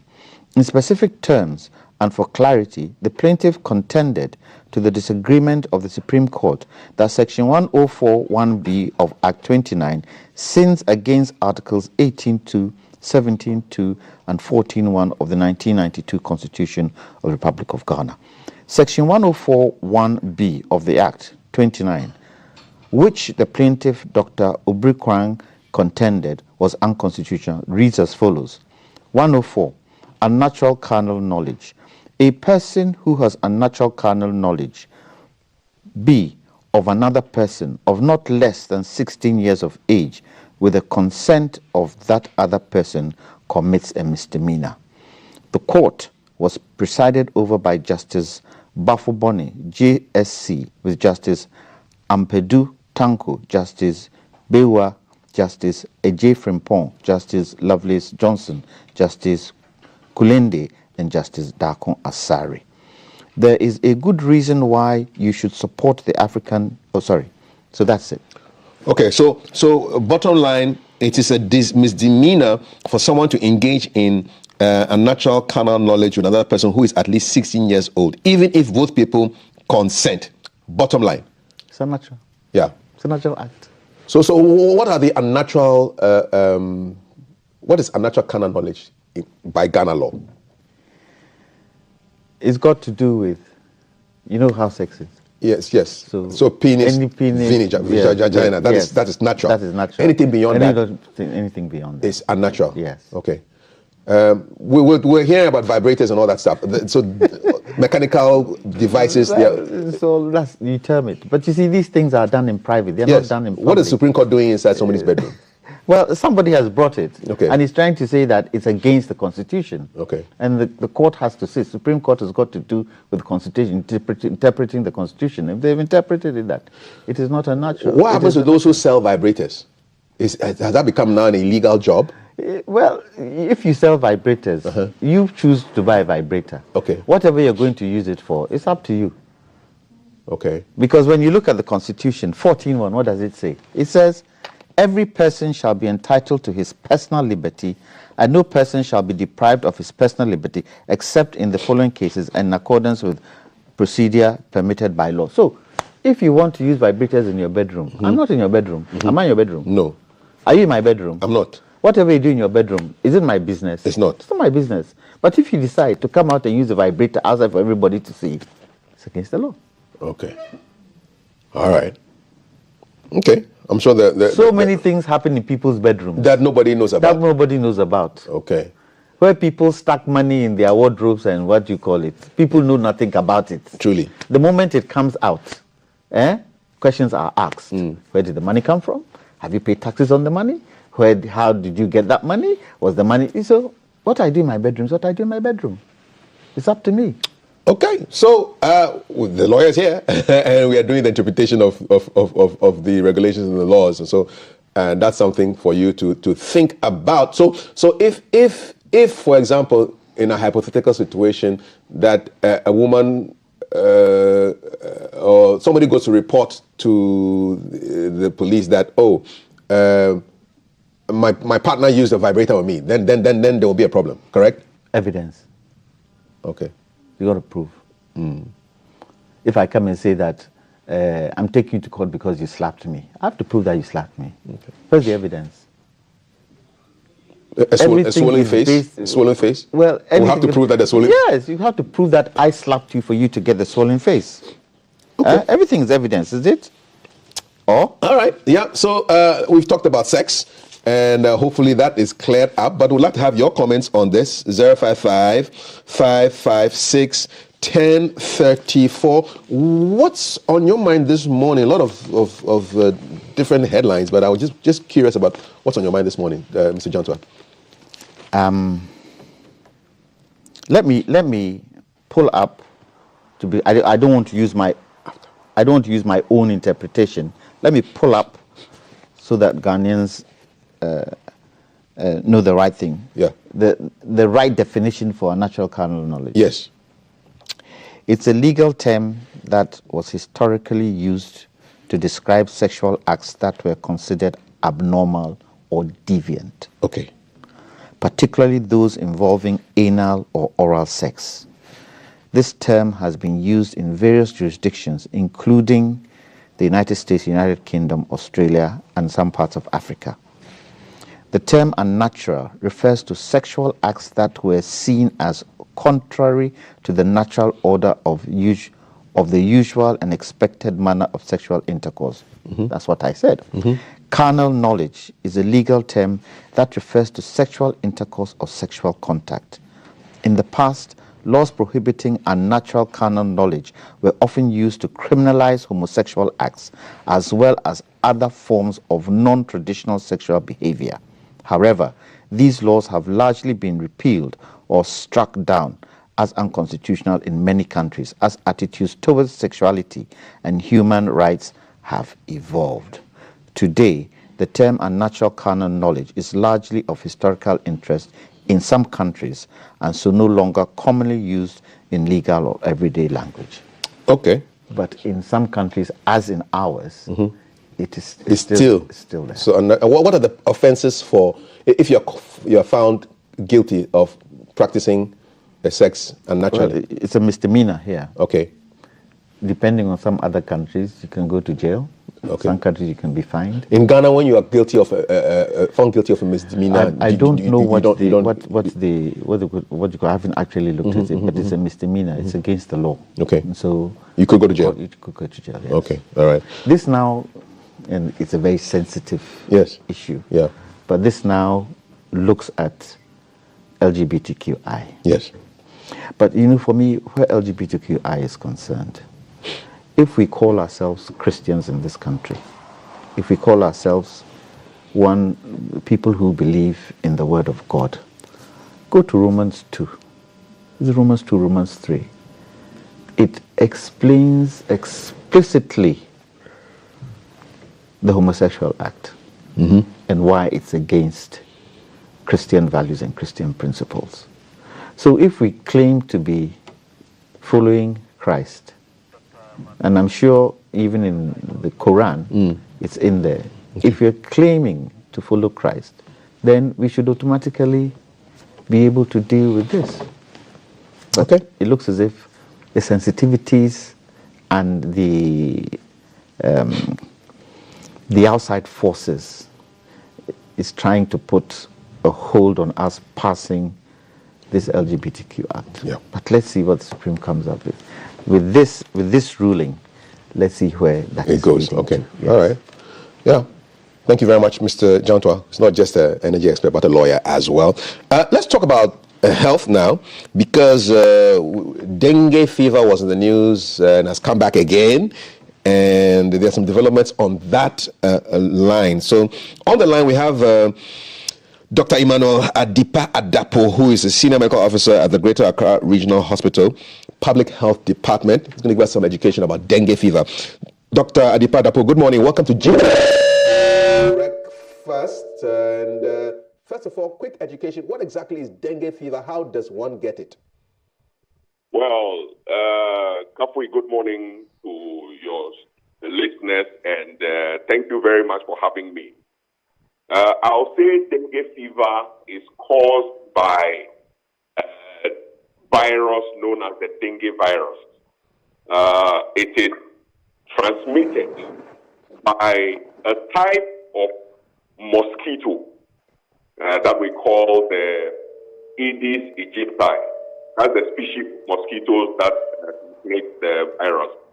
So even though its complications include a hemorrhagic disease, which causes a bleeding tendency, it is not transmissible by contact. So human-to-human contact is not available. But people who live in the same vicinity with mosquitoes get the transmission via the vector. Is there a dengue fever endemic area in Ghana? Where do you have most cases coming out of? No, I will say that I won't say it is endemic as such in Ghana, but our neighboring countries like Burkina Faso and Ivory Coast have been recording, outbreaks since January of 2024. And so a number of our neighboring countries in Africa have been recording the outbreak. And about 2 weeks ago or so, we also started recording a number. It started from the eastern region, and it has moved recently to the central region, and we're having snipers of infections across the various regions. So far, officially, we had, as of last week, had about 36 cases, and a few other positive cases are coming up. Is this a fatal condition? Not so fatal, but if left untreated, yes, can result in some fatalities. When you have the severe form of the dengue fever, yes, people can bleed and die because the longer the virus stays in the system and replicates, then it causes damages to some of the organs of the body, which eventually may shut down as a result of shock, and the patient may die. Where does the bleeding take place? Oh, you can bleed from any of the orifices. You can start bleeding from, you may hemolyze from the eyes, the nose, you may even urinate blood. So bleeding all over. And once the bleeding or the clotting system of the body breaks down, everything goes haywire, and you may bleed from any place that is that there is an orifice that blood can come out from. We're seeing on the screen various warning signs, throwing up blood or blood in your poop or urine, nose bleeds. What is there a risk that people may take the warning signs for a different kind of illness, and so then there's a need to rush to the hospital if you're feeling certain pains? Yes. All the hemorrhagic fevers present the same way, even including malaria, which is parasitic. All the other, viruses that cause hemorrhagic fever, in which category we may classify the dengue fever also, include yellow fever. So yellow fever also is transmitted by the same Aedes mosquito. But the rest, like Ebola and all the others, may be transmitted by, may be got from eating bushmeat, which may become contagious by contact of the infected person. The difference between these is that dengue fever virus is vector-borne. So if you are not bitten by the infected mosquito, you are not likely to have it. So that is why even though the symptoms may present the same way, we are glad, the less the mosquito population, the less likely you are to have a dengue virus. How do you protect yourself from getting dengue fever? Very good question, Kapui. So, like I said, since it is transmitted by the mosquito, and this mosquito is usually diurnal, it bites during the daytime. Okay. You notice that the Aedes mosquito is black and white mosquito, black and white spotted mosquito that bites usually in the daytime. So we need to, as much as possible, since we are in the rainy season, we need to, as much as possible, to protect ourselves, remove every receptacle that can hold water, which will serve as the breeding ground for the mosquito. If people who store water in pots need to cover their pots so that the mosquito will not have access to lay the eggs to breed the larvae and the pupae. And if you are going to the farm, you might want to wear long-sleeve shirts and trousers and wear appropriate protective clothing as much as possible. And the clothing should be light-colored. If you are in colors of red, orange, black, and cyan, these colors tend to attract the mosquitoes. So you might want to avoid wearing those kind of shirts when you are in the farming community.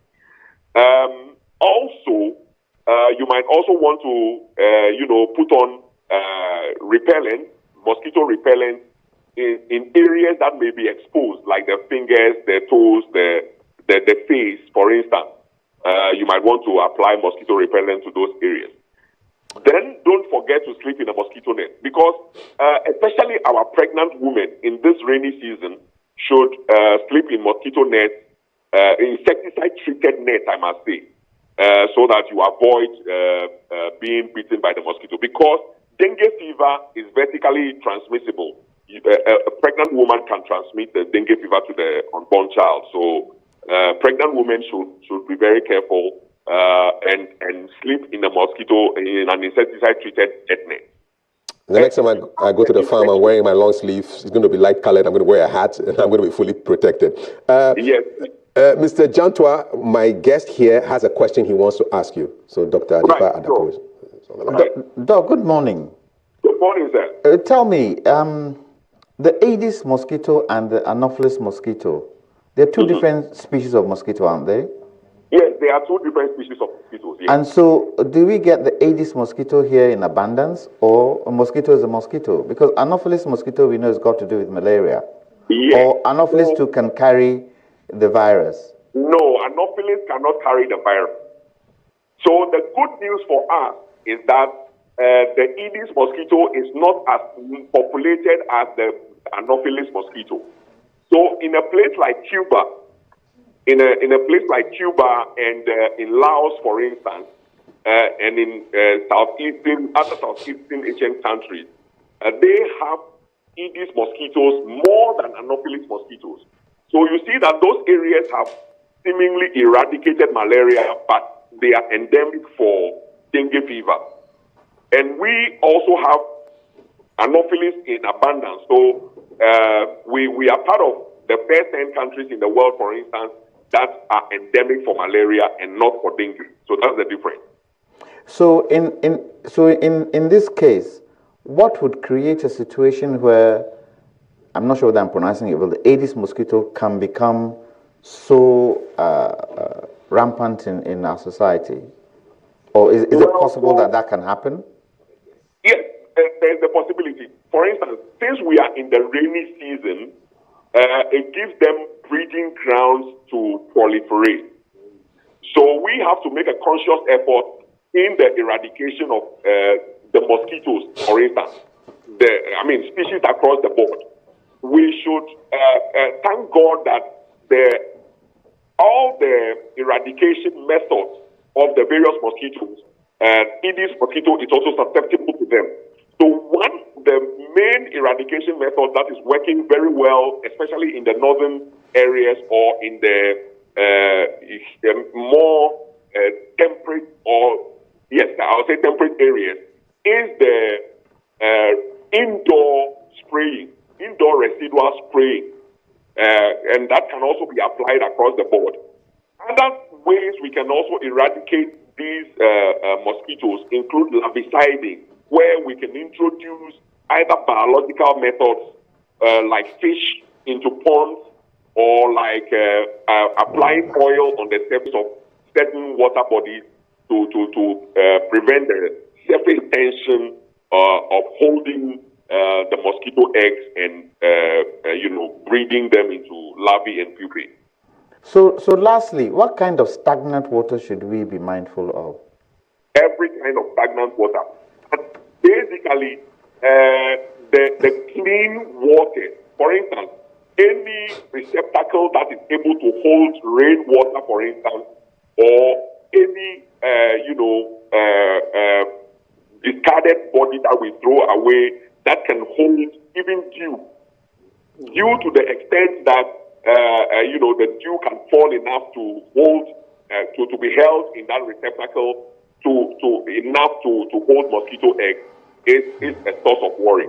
And so we should bury all such non-biodegradable substances and properly dispose of refuse receptacles, cover every receptacle that is available that can breed the mosquitoes. Doc, so far, Eastern region, Central region affected. Has anybody died?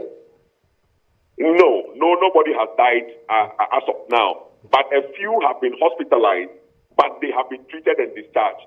And we are monitoring the situation. The Public Health Department of the Ghana Health Service has dispatched a team of health professionals, including entomologists, people who study insects and their production cycles, have all been sent to those regions to monitor the situation and to find mitigating measures so that we do not have more than the epidemic we are seeing at the moment. We thank you for the education, Dr. Emmanuel Adipa Adapo, who's Senior Medical Officer at the Greater Accra Regional Hospital Public Health Department, talking to us about dengue fever. And the most recent information we had about people being affected is that as of July 17, which is about 8 days ago, there were 45 confirmed cases of dengue fever. Remember to keep yourself protected, cover up, wear light-colored clothing, nothing bright. The mosquitoes are attracted to orange and red and all those bright colors. So please protect yourself. Get rid of all standing water, whether clean or infected, dirty, clouded. Just get rid of it. And let's keep ourselves safe from these diurnal, day-biting mosquitoes. You're watching GTV Breakfast. My name is Day. I don't bite. I'm here with Mr. Kwame Jatwa, who is a lawyer. But you know we have a challenge with sanitation. Yeah, we do. We have a massive challenge. That's the problem. That is the issue. That's the issue. Yeah, sanitation is going to give us a big problem. Big problem. Yeah. This is something that I felt within the budget, a lot of money would be put towards sanitation. And sanitation is not only Accra, Kumasi, it's throughout the country. Galamsey too is another bit that can also cause challenges for us.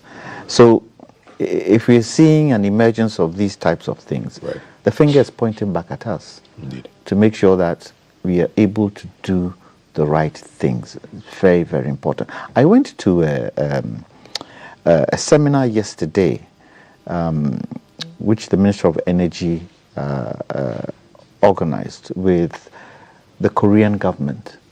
Do you know in Korea, they get gas from boiler?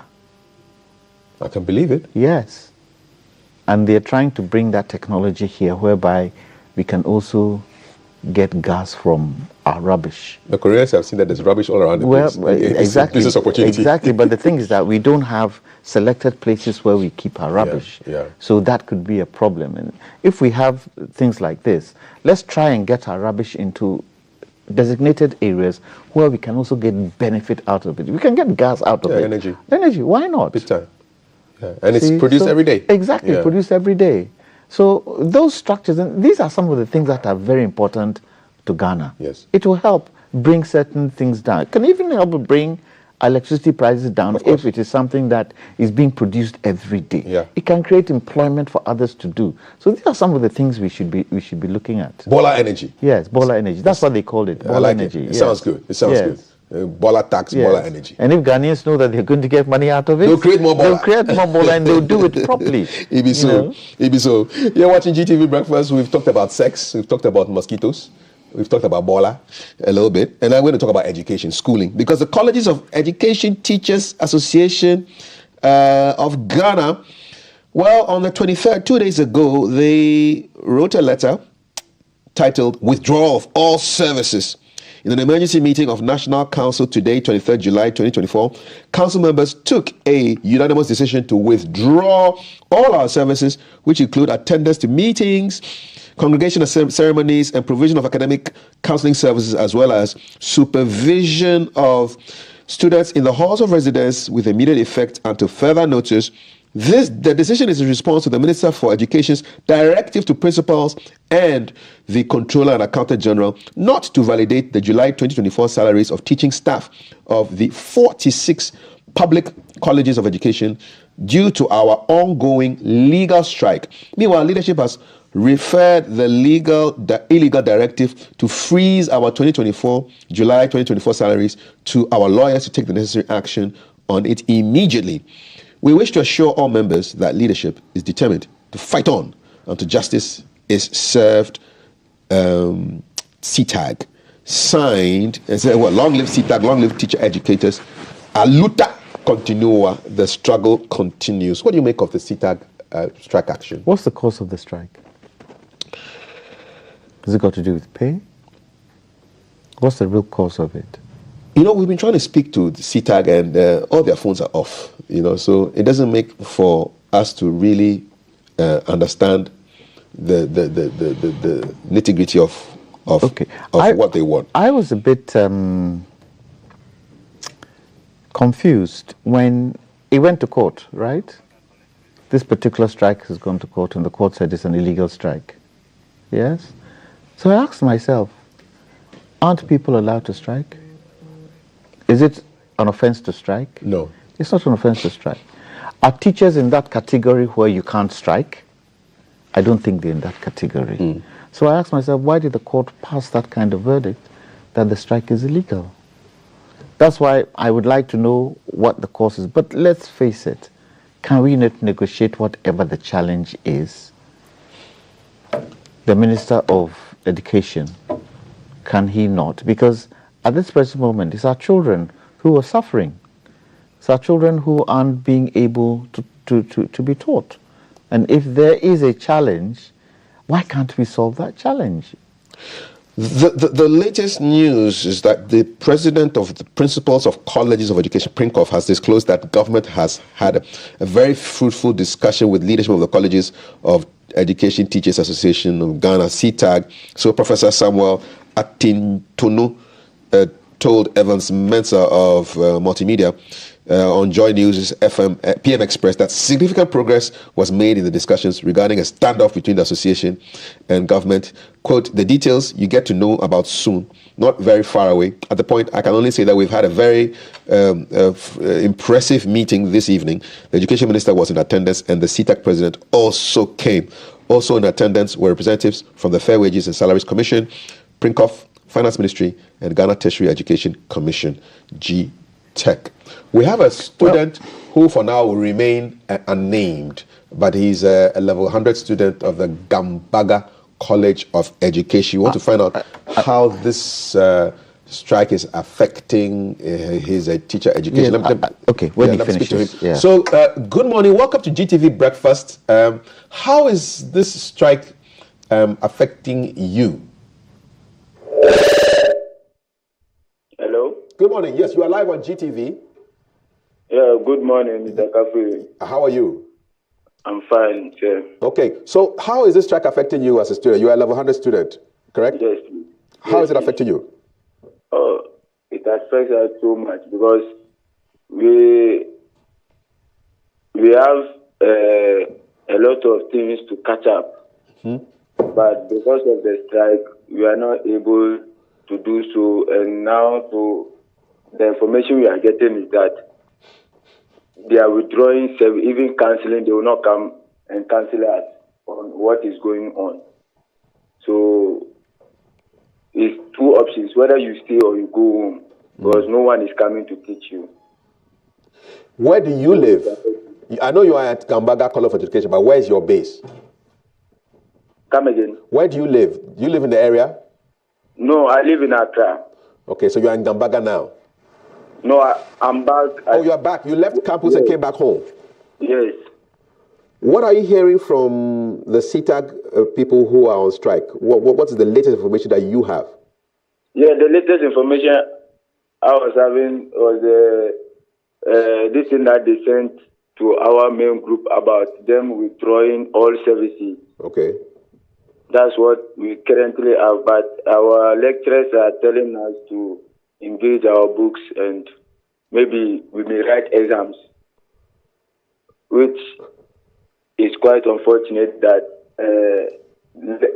teaching did not go on, but we are obliged to write exams, but it's normal. Since we have our books, we'll go through them and we'll go and write the exams. Do you, the students, are you in solidarity with the strikers? Do you agree with? Yes, because we need them back to our classrooms. We need them back. In one of our platforms, I suggested that if we, the students, can go on nationwide peaceful strike in our various schools to make the government know that we need our teachers back. In any way, you should negotiate with them to come back. Did the teachers tell you why they are on strike? Not really. We try to find out. Me, myself, I try to find out, but I'm not getting much information on why they are on strike. But to my best, I learned is because of some their leaders. Some of their leaders have not been paid or something like that. That's what I heard. It's a rumor, but I have not confirmed it because I have no any evidence on that. So you are studying to become a teacher. How long is your program? 4 years. 4 years. And what kind of teacher do you want to become? Mathematics. You're going to be a mathematics teacher? Yes. So if I were to go to Gambaga College of Education today, would I see any students there? Yeah, but if you are going to do it in terms of percentage, it will not be maybe more than 1%. Most people have left the campus. Most students left the campus even before I left.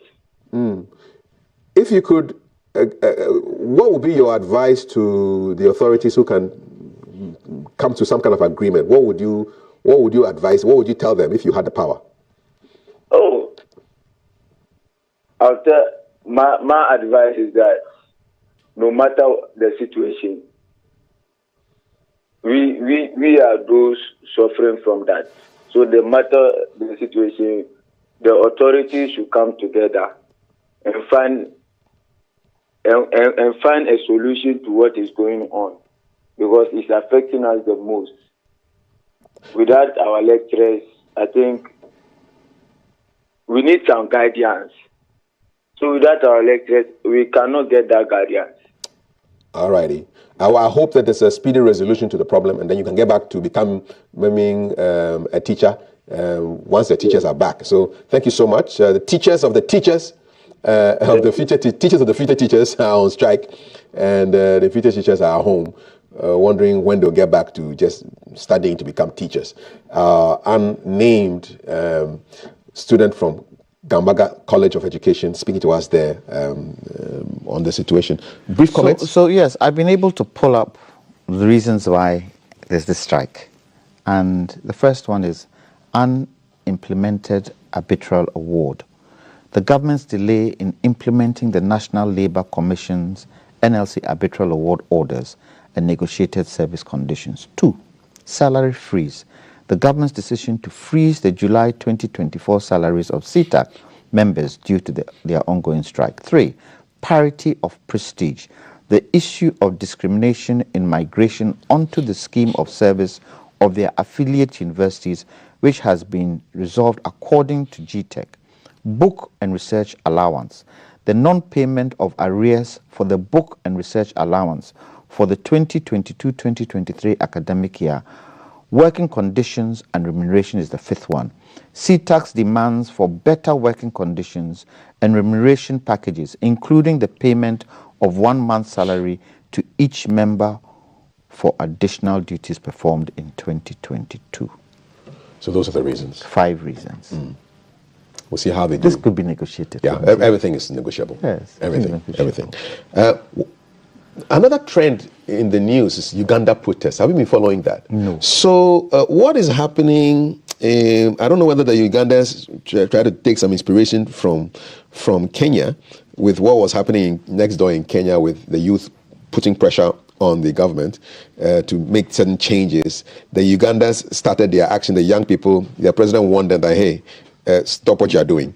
It won't take you far. It won't end well. And Museveni doesn't go for that. And so a lot of things are going down, but dozens have been arrested in Uganda anti-government protests. The court has charged at least 42 Ugandan youths over anti-graft protests. And I don't know whether they're getting inspiration from the Kenyans, but that's what is happening. The youth are agitated. There are quite a lot of challenges in Africa that stream through a lot of African countries. A lot of young people are not happy. A lot of even older people are not happy with the way governance is going in Africa. I think it is something African governments should start looking at. It is something African governments should involve the people who vote them there. African governments should realize that public service is a precondition of hope. And once that public service isn't being done, then hope seems to dissipate. And we are gradually moving to a point where the youth of Africa will no more have the time to wait for things to go the way they want to go. And they're getting impatient. Unemployment is a huge scepter. Unemployment. So I finished school. I'm sitting at home. My parents are still giving me money. I want to work. No jobs. We are not saying that it's only government who is supposed to create jobs. Work together with the private sector. How can you give private sector motivation to be able to create the kinds of jobs? How can you tune your education curricula into certain areas that at the end they can get jobs? I mean, I'm a private sector person, and I think from the word go, where colleges are concerned and critical is concerned, we need to train our young people what it means to get into business. What opportunities are there? Because there are quite a lot of opportunities in the private sector to be able to help young people who want to start their own business. But starting can be a challenge. And as I say to young folk every day, you would definitely make mistakes when you start business, but it's not a prerequisite to stop. It's a prerequisite to learn and learn better, because making mistakes in business is a positive thing because it helps you do things better. As far as learning. Exactly, so far as you're learning. So it is something. 1.2 billion people in Africa today, in fact 1.4 billion people in Africa today, nearly 70% of those people are youth. How are we going to use their talent to help the continent rise from where it is? Conclude by saying Africa is not a poor continent. Africa is a rich continent. It's the people's mindset that have gone poor. We need to get out of that kind of mindset and use the resources we have to make the continent better. Get out of the mindset to use the resources to make the continent better. Before we go, some people have gotten out of the country and disappeared. So, Mr. Dotwa,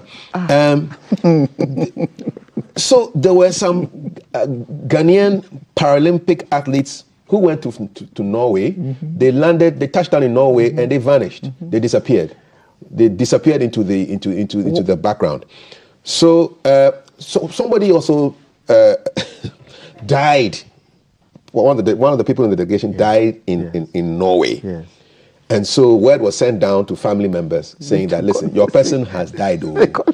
And they called their family meeting and sent some relatives to go and retrieve the corpse. The relatives landed in Norway and also disappeared. I don't see how that is possible. Norway is a developed country where you expect the structures to work, immigration to work. How did they get in and also vanish? When they came to take the body of someone who had tried to do what? To vanish. To vanish. And the relatives also get in there. When I read it on online, I asked myself, how is that possible? This is something that you would say inverted commas begin and close will happen in Africa.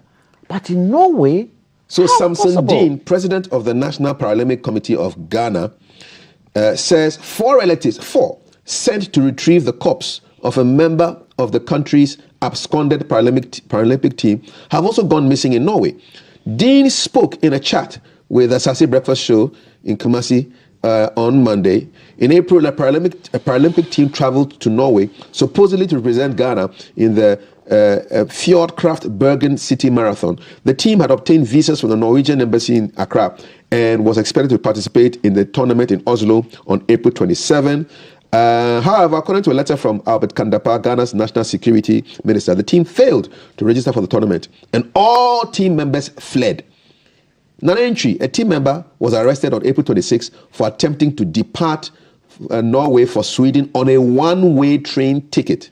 George Jemfi, JC, the team's coach, collapsed on April 28th, died on May 17 at the Oslo University Hospital, while 9 people are presently on the run. Speaking of the situation, Dean said only 6 or 7 people who applied were initially granted visas as supposed members of the Ghana Paralympic team.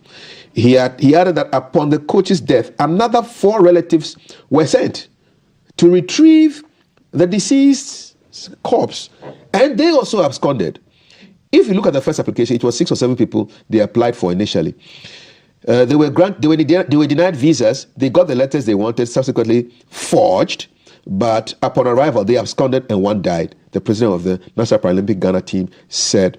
They subsequently wrote to the Norwegian embassy again, requested to send the families of the one who died. The people went, they couldn't bring the corpse. The 4 also absconded. These guys are known. They've been identified.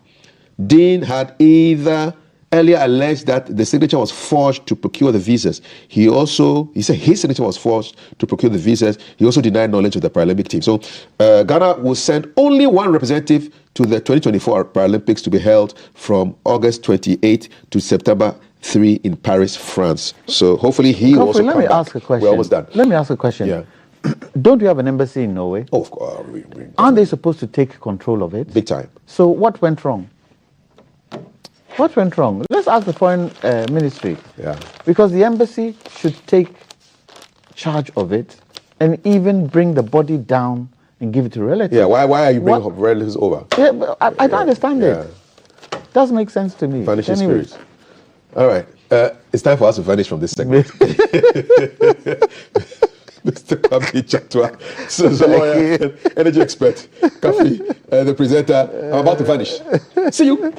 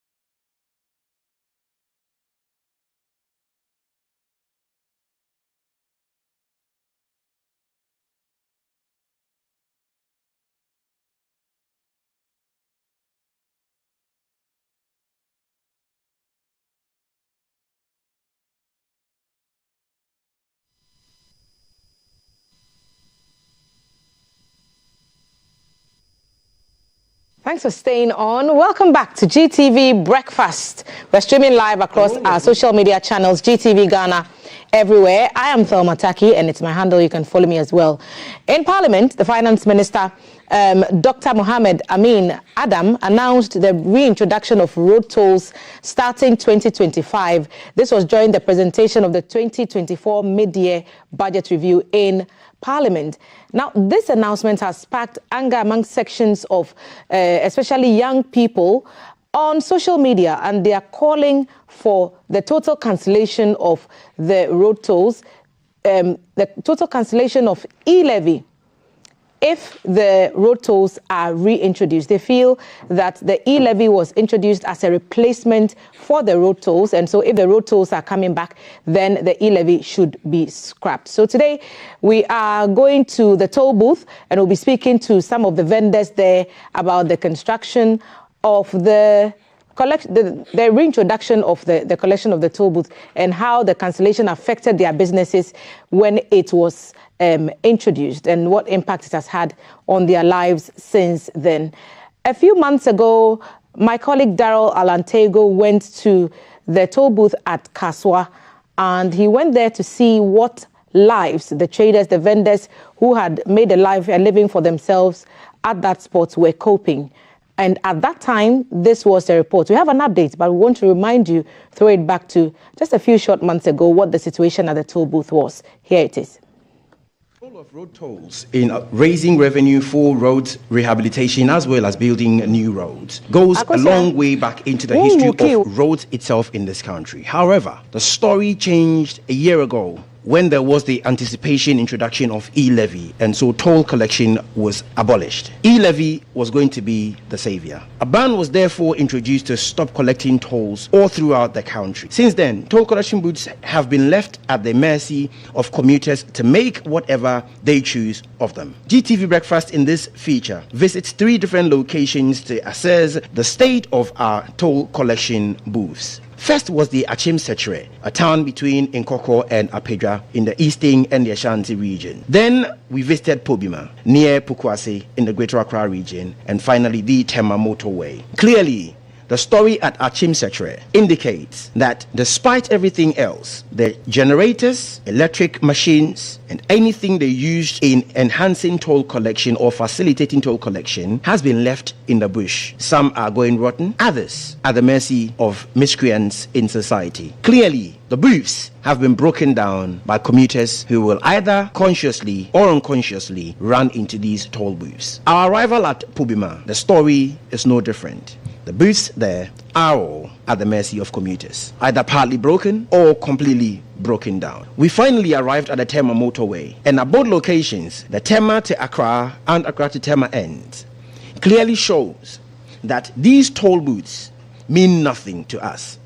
But question is, if we're ever going to come back to collecting tolls, are we then going to invest to rebuild, or are we looking on so everything gets broken down before we burden the taxpayer to rebuild these tolls? And will that mean an increase in toll collection?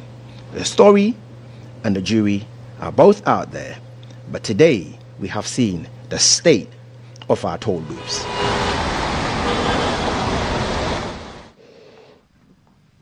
So this was only a few months ago. Daryl put that story together.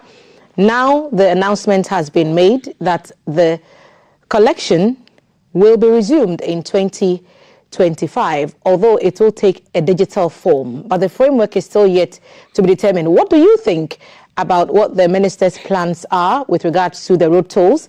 You're sending us your messages already. Our WhatsApp number is alive, 055 55 61034. Share your thoughts with us. Kafrida is at the table with me. Kaf, you're a driver, and you've enjoyed the lull in the non-payment of the road tolls for about a year and then some months now. Quite has it saved you anything? Well, you don't pay when you get to the booths, but in all countries, people pay tolls. I mean, so it's odd. I wonder if you're not paying, how is government going to make money to maintain the roads and provide this infrastructure? It's a tax, for drivers. I even thought our tolls were a bit too low, but that's another story for another day. We have to pay taxes on the roads by tolls. So it's coming back next year. Obviously, people are not happy because of the arguments that were made, political arguments that were made prior around to e-levy. Yeah. So we'll see how that goes. We'll see how that goes, and we are seeing how it's going now at the Kaswa toll booth area. Daryl Alantego and the team are there with the latest from that particular toll booth area. Daryl.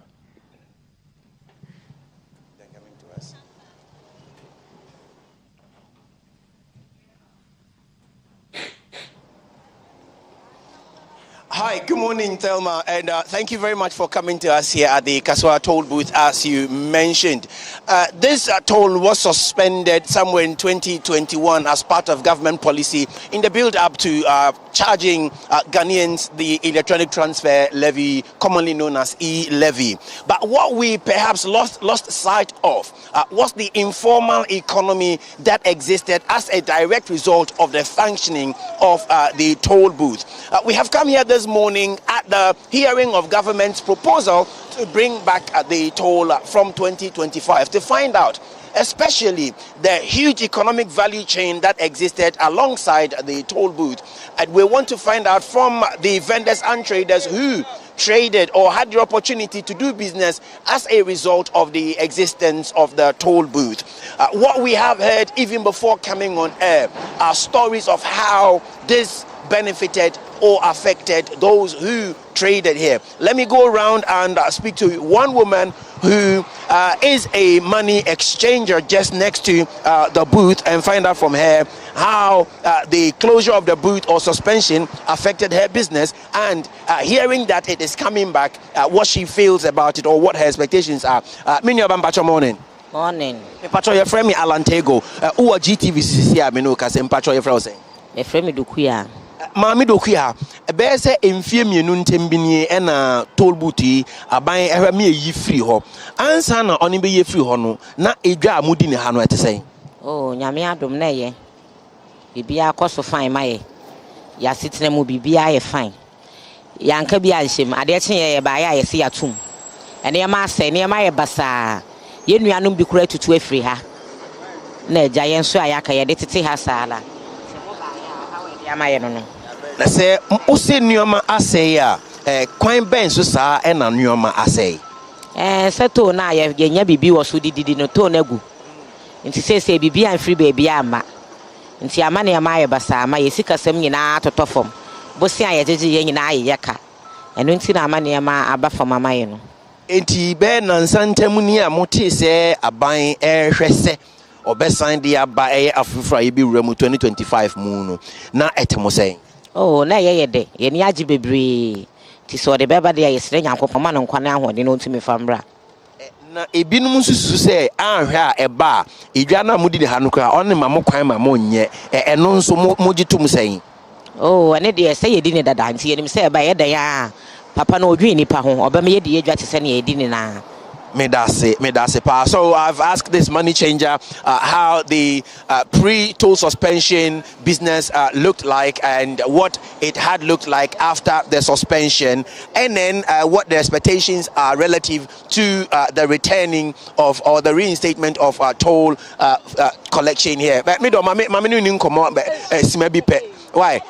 Me kan bebre. Tia me patwa apomu te say boko we dey also nyoma tia ansa na oni yiri to na free ho no na edwa mu te say o na edwa mu ye pa ye to ade ma obegina akura no wanya akura ne kakra ubenya di ni de odi beto wo de ewunya bi be sesi ato ni free ho ne de e ma na ye den pa de maye na nti aban asan ka so wo de ba no moje ne say wo de ba de anka be boa ye pa kire say e wo ho na e boa nti so wo de ba yes na so de bebre ya ma bibi akobokwa amaye kamimfoni kakra bi uyi se sebi nia munsa be koma no de munsa ka no a edwa na mudi ne ha no emwa kese be mpa ne sanso de brem uyi se munya bididie oh yetimi de beto de ya etimi de bi ye ade ya me hu se mfa so de ye was ade we ya aha na yigina itimi nya mfa so kese pa wo so obi kura timi de binya edan be di ne tilito ti ene de mfa so bebre ne nya firi anom sei ti wo ma ne mra mai pa se beba ne hia. And so this sister has also just told me that not only were they perhaps trading, but one of the benefits of their trade is that they paid their rent from it. Some of them had loans to do business from it, and it helped them a great deal. I specifically asked her to tell me what benefits they derived from doing business here, and that's where she recounted how apart from their daily bread, they also were able to pay their rent from doing business alongside the toll booth. Let me move on to this other young woman and find out what she'll have to say to me. Hello, me don't patch to say. Apomu ya dear. Me patch up me di can be sound my misa on so here. Answer na oni be yi toll booth na free hono. Na edwa amudi na net saying. Answer na mu be yi toll booth na free hano. Na edwa na eye. No muto ade. By since on be yi toll booth na free hane de. Afi de edwa na say kura. So ka si edwa na say kra say mo ba mo nton. Omuntu ade ti say na to ne wo ho no first ni to ne wo ho no na enu no ba o nche by say no mo abayi to ne free ha no na o musi free to no uba aje anajo uba fita no pa ti say na no pa itam ya mu de abehu ye wai ebu o 8 9 na unko ofie nkohwe oba not just say ne to ade nti untumi mpon nko ma me hwe enche aban ebesan di to no aba na eno no etemusan mu ti say ye de ba no. Oh, or the buy be de, and a bounce a be the chess or do so benya. Ni chefa a womb because a day to never hone in a bois. Because yes, waha naja. Yes, we are any kakran kakradisha ye busia, any yamba. Ba honey free ha call any say no, ama ye mash your money ye busia for no as a moya diama ye kakran ye by a bear de. Me da say, me nya ma onkono, ebi susu say a hey Jana Mudino.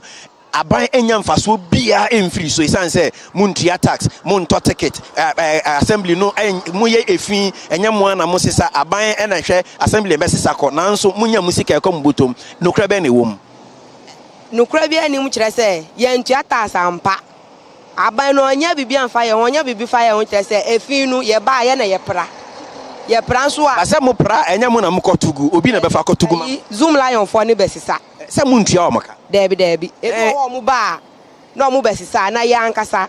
Ebia atwoma na se nsuo na ya to ama won. Enti mo nso mo tax amutua na se mo hwe mo ambefa mo nwura no kono. Yo me da say. Yeah. Yes. And so she's also just said how I asked her about their contribution to national development, whether they do anything. I think one other thing we have lost sight of is their safety and security as they do business here. I'll go on to the next person and find out from them how or what they do in terms of their personal safety so far as the vehicles that use the toll booth are concerned. Midori Asempacho Michiao. Me pacho apomote say. Me pacho aheya na mudi dwa meboa. Pacho an. Medical hunu say ye to ni free ho no ha mo. Ade ba ko a obi mo so eye say mo wa ha no mo bambo. Isen say ka bi ebebo mu sisi a eye tikra say ka abo mu nipa no bi pen. Ye no no ya na mo edan na mo ye fa ho. Onu no on say Kani bana omu baby a omu slow down wo honti se ni break feli krompo a enya dia ebe kan nti to nu ko ye no hai pa ye bebre susu ye hwa janka na mi se no me hwa janka fofo nti e ba sa no ha mi ye nti akola no ba kokoro aka fie ma ntumi afane nko enim to nu ko eni 20 mi amfa oba no anto aso anko nanim enti to ni ba no ede ni nia wo hwa kwan Tony Badia, yepe. Me da say. Again, Thelma, one other. Let me speak to this commuter and find out how he also feels about the toll coming back. Driver Pacho Martin. Yeah, Papa. Me Pacho, Ben Fiamini no mu toll booth ni fi ho na san dia ba driver for etemu say. Fa so bi eni so. Na ma traffic ne ba too much. Enti say toll bi eni ho no. Ma akwani aba no. Ye contentem koba. Enti amonhwe yi na manfa nsi akora biem kura mfa so di so da emwaye enti emfiri wonko me emfa ne se aban de kwan foforo ba emfa traffic ne ma ubetua to no de nanso emfa traffic ma na che se momu kura ubetumi de atua eno nso e me pa chawo se siketwa beba nko ade me se hu hia se wode kwan foforo be ba eno no se to no se car se bia se etu afasoro ade me se sika asam ne beba nko hu hia because of say yetua se ye mumu a yati yi lewi hwa lewi edai kada ba ko pete ye twa taxi ye kura ewu ye to na ye enka wo se ya pete se ya opani aban so pesika da ye kwan na mamo na yi lewi ni hwa na nyeska opani se no ye yi lewi we no ye road toll me pa cho taxi le ba da ba fo etwe blebe no eno de entibi nya kwan ya na opani aba ye kwan enye to sika ba ko pe ene beti ya kwan ma ye sika blebe na ya mo de ye nyina na beti ba ye kwan ya se na wo to ni de mu ntwam mfa so bi eni so. May I say, and so that's the view of this driver as well, who is of the view that perhaps bringing the toll back is completely and utterly unnecessary, because if it is only about raising revenue, then there are different myriads of ways in raising revenue. Not only that, but they also go ahead to pay.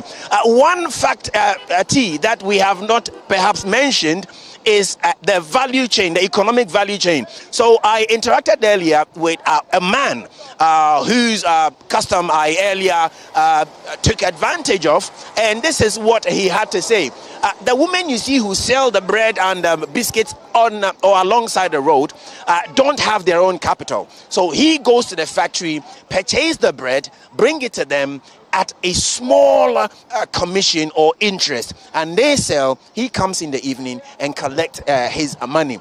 That way, they save their commission or they earn a little profit from selling the bread. He also gets a little bit, and that is how he is also looking after his family. Indeed, the benefit of the toll. Whoa, there's another driver. Let me quickly go to him too. I think he's also getting ready to talk to me. It's getting much interesting here this morning. I am Patrick Martin. GTV so no pay life. I mean, Pacho, I buy a sign the toll booth about or you free hot, Nesso Sandy Abano Etemo saying. Oh, Tamana or Macabaka say, na a creative traffic my banner a year. To me, see no, Mayor Juma, Baminia, service a baby and an aircraft and an insecture on Swatia, a buano, and the things say bia, or Muyo free, Muyi tobu to free, I say, or Momocotan fee. This is almost the bar, almost I hope say be almost 1 million and so. Eddie and so monso. Yeah, because media metiha, there be a Mikoba. Ninti se besan ba na traffic ne ma na mu befa kwan foforo so na mu atua eno de mbeja atum. Oh, eno de beja atum. Yeah, eno de. Inti kwan bia so emra na mu memfa traffic ne ma. Medase. It appears all of the drivers are worried about one factor, and that is the traffic congestion factor. That's the trotro driver I spoke to. A taxi driver has just pulled up. Let me go quickly to him and find out what he will also have to say to us. Ejak me patron marching. Mommy, good. Me pacho, outside the toll booth no aba. Eto saying. Oh, me pacho bebre. Toll booth no die anywhere ye.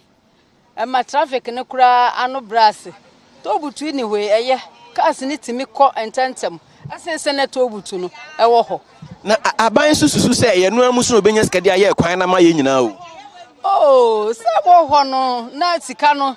Semunya de ye semunya mfanye ne kwan ehu ne se saa nete enti se saa bre san ba e de oha bebre efi se bo tobutu no enti mi emma cars ne contentem ndo kware de ase e ka enti mi ma cars ne contentem enti ai munyi mfiri ho na munya ha yie emfa mayen.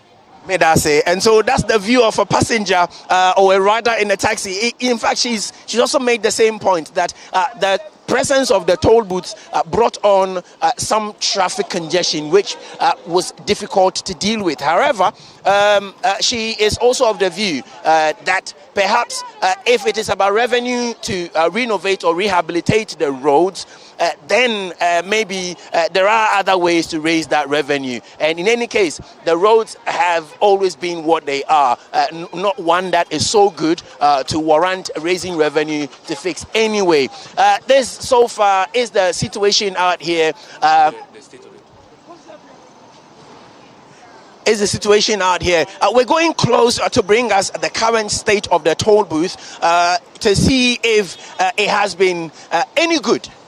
Closing them down anyway, because back in the day when you come to this side of town, you have another revenue or means of employment for people living with disability who are often here, and they're the ones who receive the toll, and then they attend to commuters who are around here. But unfortunately, since the closing down 2 years ago, clearly the effect has rather been negative, because this had been some investment, but today this has been a waste investment. It has no benefit whatsoever, and some revenue went into building these booths, and it's been abandoned. Nothing has been done to protect or to preserve their integrity, and it is going to attract another investment in order to bring it back. If you look at the roof, it looks as if these were intentionally taken out, but no, it has been the result of wind and rain and every other, and because there's no maintenance whatsoever, it's just falling apart. That is really very sad, because we're going to be investing huge funds to reinstate these, and to think that indeed it would take another huge sum to reinstate this, I think we have not done ourselves any favors at all.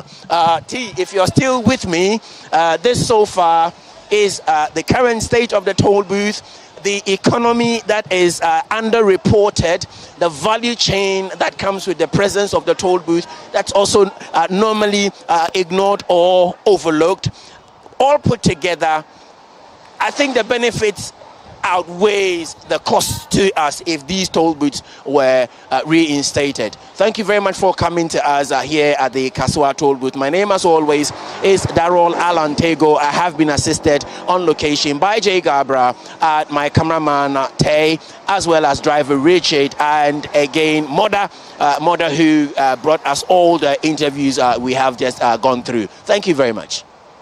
Alan, reporting to us live from the Kasoa toll booth area. We are talking to the vendors, the traders who have made an economic life for themselves as they sell their wares at that spot. So, Kaf, yes, the sellers want the toll, but the drivers don't, because they are concerned about traffic. Yeah. One driver mentioned the jobs that persons with disability lost when the tolls were cancelled.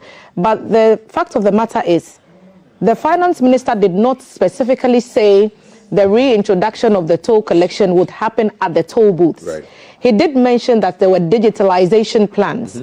So we don't quite know if the road tolls will be used the same way they were used, the booths will be used the same way they were used in the past. Yes. So it could very well be that a charge could be sent to your phone, and then you approve something, and then the payment is made, so that the traffic concerns may be addressed. Looking at the pictures that we see right now, these are my thoughts. It's very obvious that around toll booths, there's an economy, there's a market.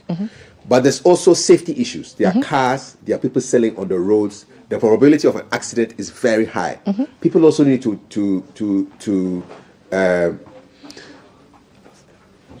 they need to take their safety into their hands. So this is what I'm proposing, and this is not rocket science. The authorities there should create a market off the road.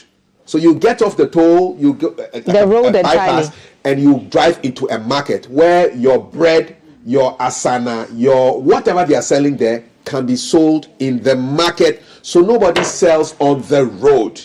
Selling on the road is dangerous. How do you have tables on a road? Somebody can have a tire blast, you can break your brakes can fail, and you will kill people. Get them off the road, put them on the market by the toll, away from the traffic, so that people can sell in peace. There will be no risk of accidents. It is not right to be selling on the road. The road is not meant for ataji and soft drinks. It's meant for tires, for vehicles. That's what I'm saying.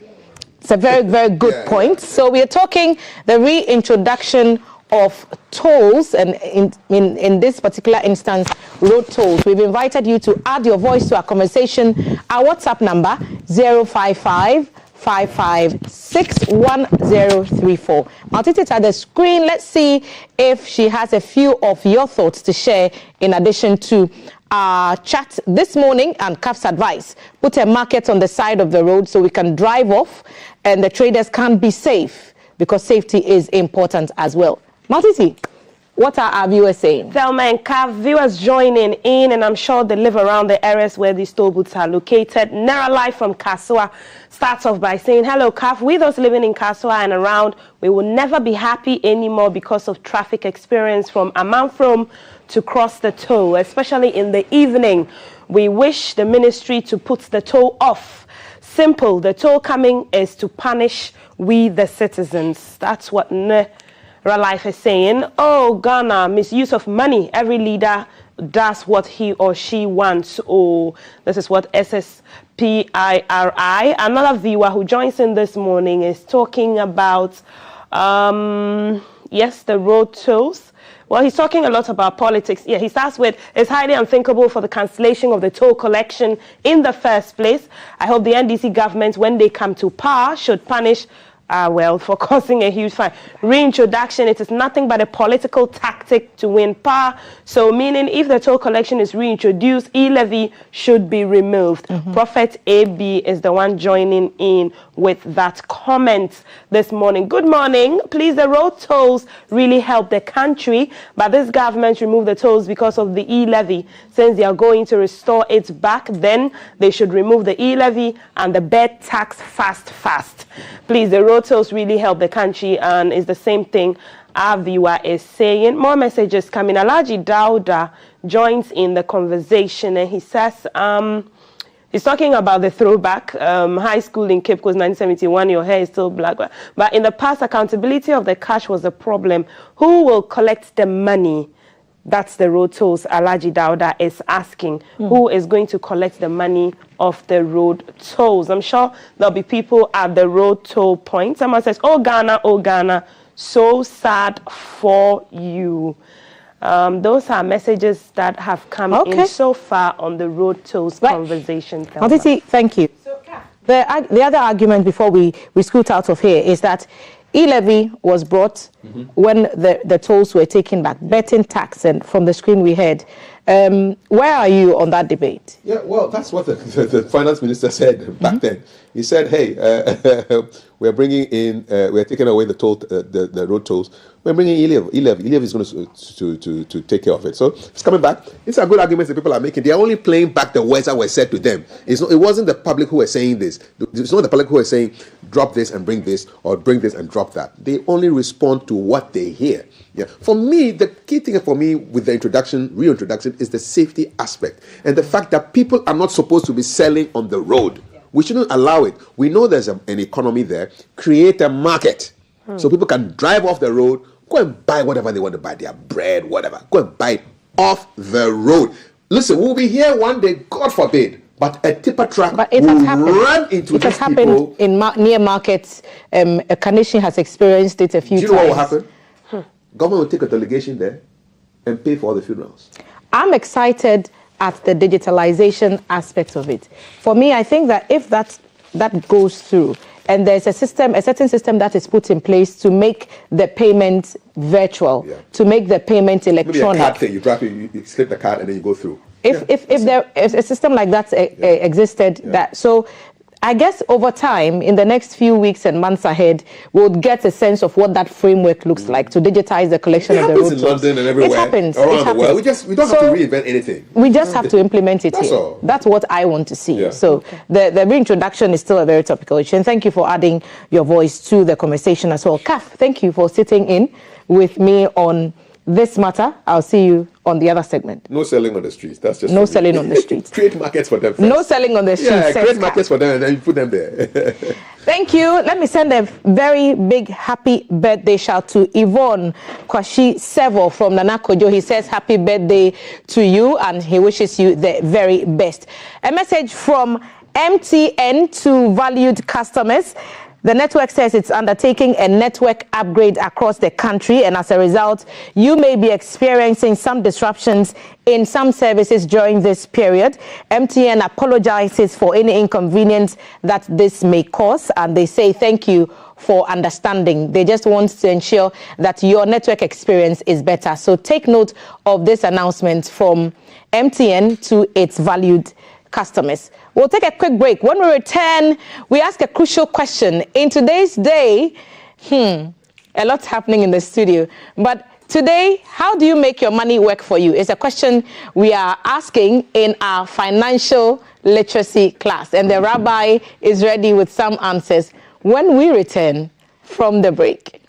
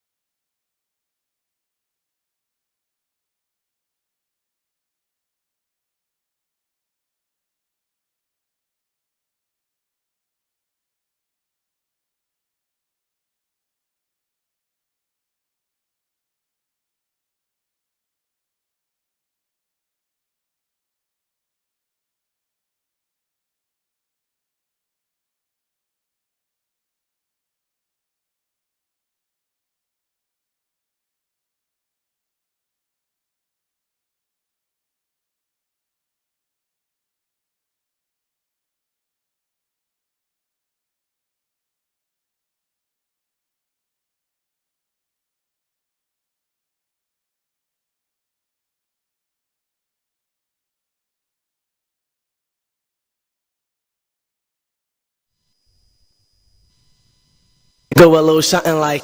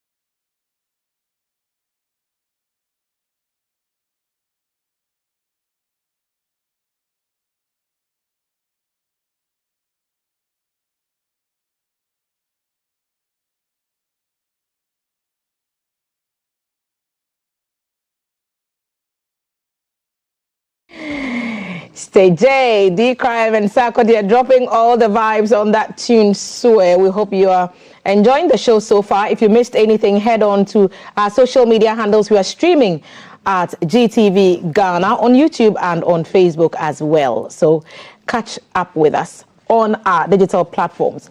How can you make your money work for you is the question we are asking in today's financial literacy class. It involves a lot of smart saving techniques and smart investment. And our teacher, the Rabbi Odame, has joined us with today's tips on how to make money work for you. Rabbi, welcome back to GTV Breakfast. Last week, our conversation about if you give money to somebody, you're a wicked person. You remember that part? I said, if you keep on. If you keep on giving money to your money to someone. You are wicked. You are being wicked. You are wicked. In church on Sunday, someone walked up to me, played the video. To me, a portion of the video, because our online team cut that piece and put it out there. So the person asked, why did the rabbi say that giving money to people means that you're wicked? So I gave him your explanation. So he understood and he agreed with you. So yes. Good morning to you, Reverend. I've passed on your message to Rabbi. He's an osofo. Okay. But we are all interested in making money. Yeah. Once you've made some money, the idea is that money can make you more money. Yes. Tell us about the process of making that happen. Where do we start to make our money work for us? All right, thank you. It starts from you having a vision of what you want to be, your financial status, where you want to be in the next future, 5 years, 10 years, 2 years. You understand? If you don't have a vision, there is no way you can be committed to it. So you must have a reason why your money must work for you. You know, by lack of vision, people, go astray and they perish. And then also by lack of knowledge, people perish. Vision is very, very important. So I ask the people who are watching us today, I ask everyone, where do you want to be financially in the next 5 years? Where do you want to be? What kind of person do you want to be called? What kind of financial status do you want to have? Do you want to keep on surviving, or you want to be financially free in the next 5 years? Now, that is where it starts. Now, after you have been able to clearly define where you want to be in the next 5 years financially, then you ask yourself, based on your current income, what kind of sacrifices can I make?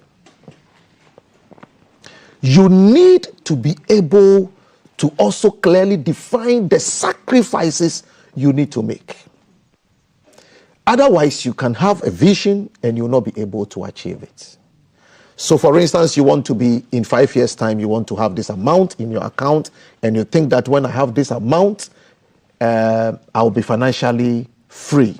So then you look at your income, and then it will advise you on what's the amount you need to sacrifice and put there. The next factor you need is discipline. You have to be dangerously disciplined to follow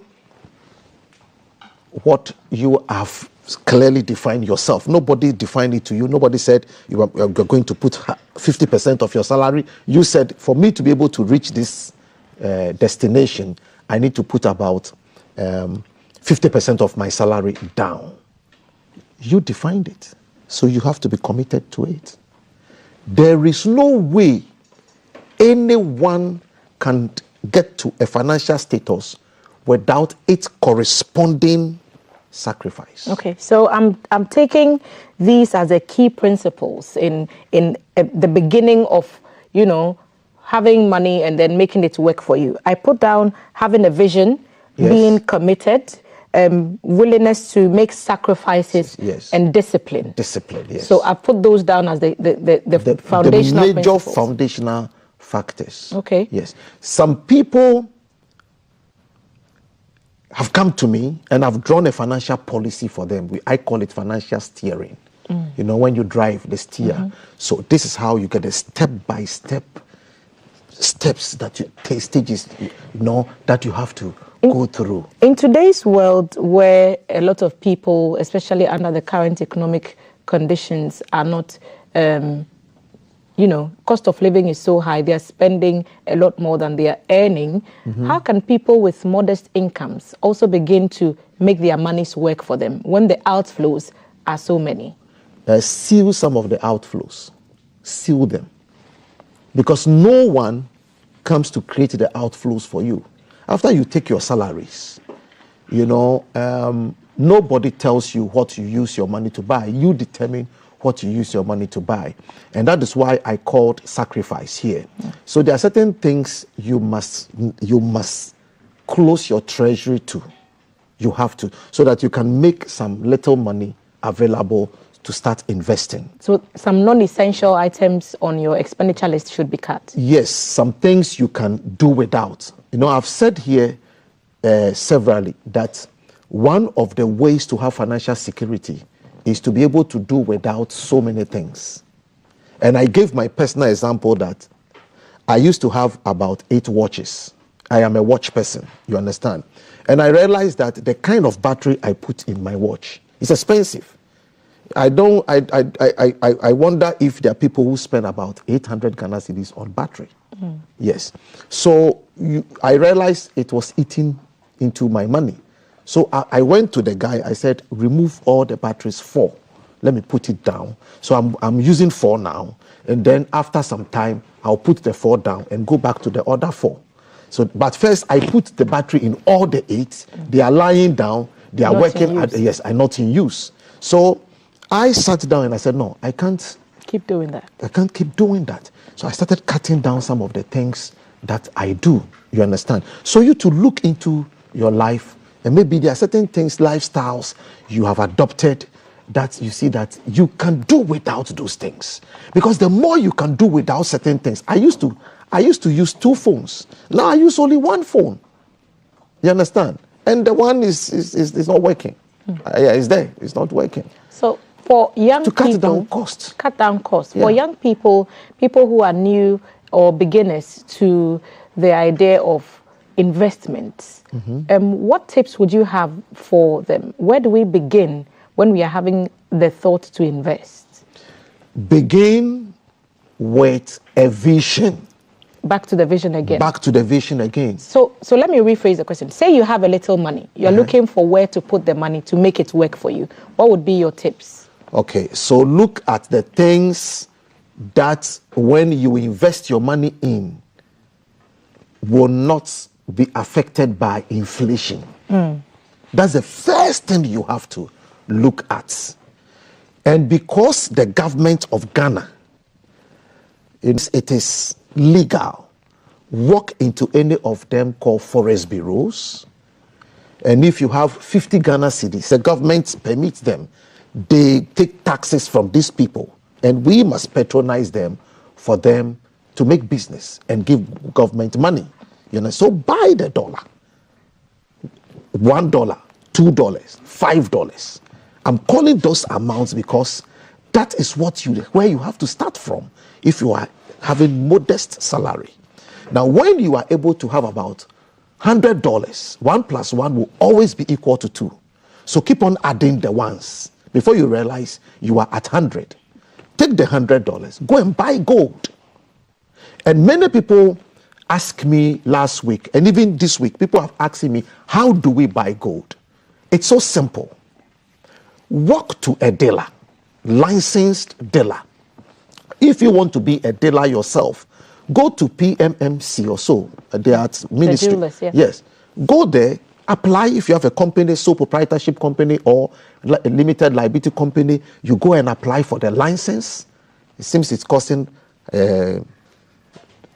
10,500 Ghana cedis to be able to be licensed. then you become a licensed gold dealer. If you don't want to be a gold dealer, you can go in there and buy 1 gram. Yeah, and 1 gram is costing about between 1,300 to 1,500 Ghana cedis. And this your $100 can buy gold. You understand? And then you start from there. This is money. Passive. It is there. In the next 1 year, you'll be shocked how much you make out of the gold. We have the gold here, and we allow foreigners to come and buy. I wonder how many Ghanaians have 2 grams of gold. And they've been working for the past 15 years. And you don't have gold. Why? They've bought all the money they can use to buy gold is in their stomach. So this gold you're talking about, is it the gold nuggets or the gold chain, gold earrings? No, it's a plate. I mean, 1 gram, go and buy. 2 grams, go and buy. And keep it at a safe place. You can even buy the chain so that you kill two birds with one stone. So you buy it, you use it, and it doesn't. If you use it 100 years, it doesn't lose its value. That's the good thing about it. Life, you understand? And then when you know that this is not for life anyway, it is for investment. After 15 years, you sell. Okay. You are rich. So that's one way. That's one way. Buy dollar, buy gold. Buy dollar, buy gold. What because else? These are inflation hedge. Okay. Okay. You can also, if you are not the type who wants to take bigger risk, you can buy treasury bills. And last time I said that Kafude was the one hosting the program, and he was talking about bonds and the way people's money. I said, don't put all in one basket.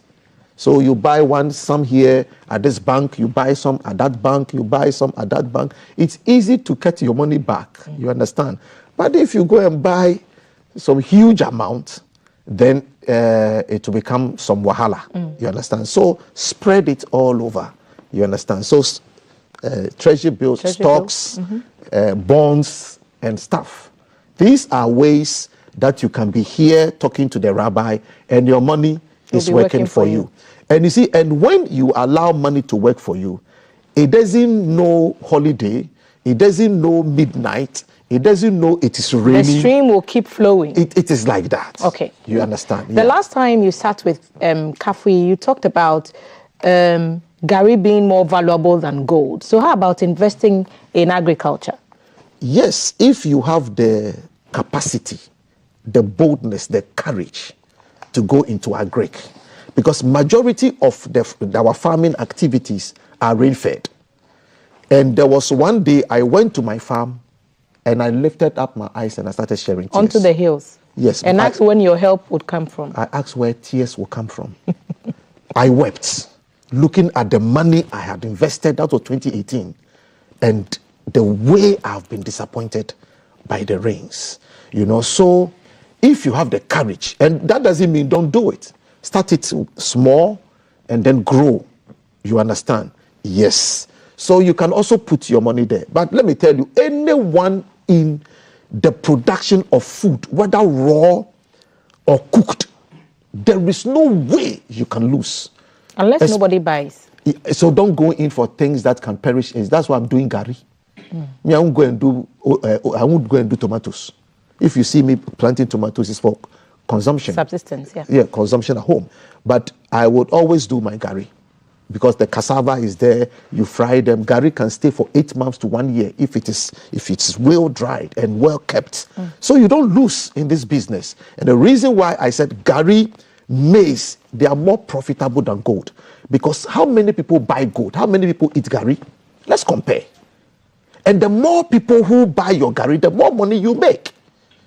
You understand what I mean? Yeah. I know some big names, I supply them Gari in this country. You'll be shocked that they eat Gari. Big names. They eat my Gari. You understand? So, students eat, but students don't buy gold. Workers eat Gari, but some workers don't buy gold. So it is more profitable than gold. I'm telling you, and I can prove it. In the process of trying to make our monies work for us? The first thing you should try to avoid is to get rich quicker. We should avoid trying to get rich quicker? Because nobody gets rich quicker.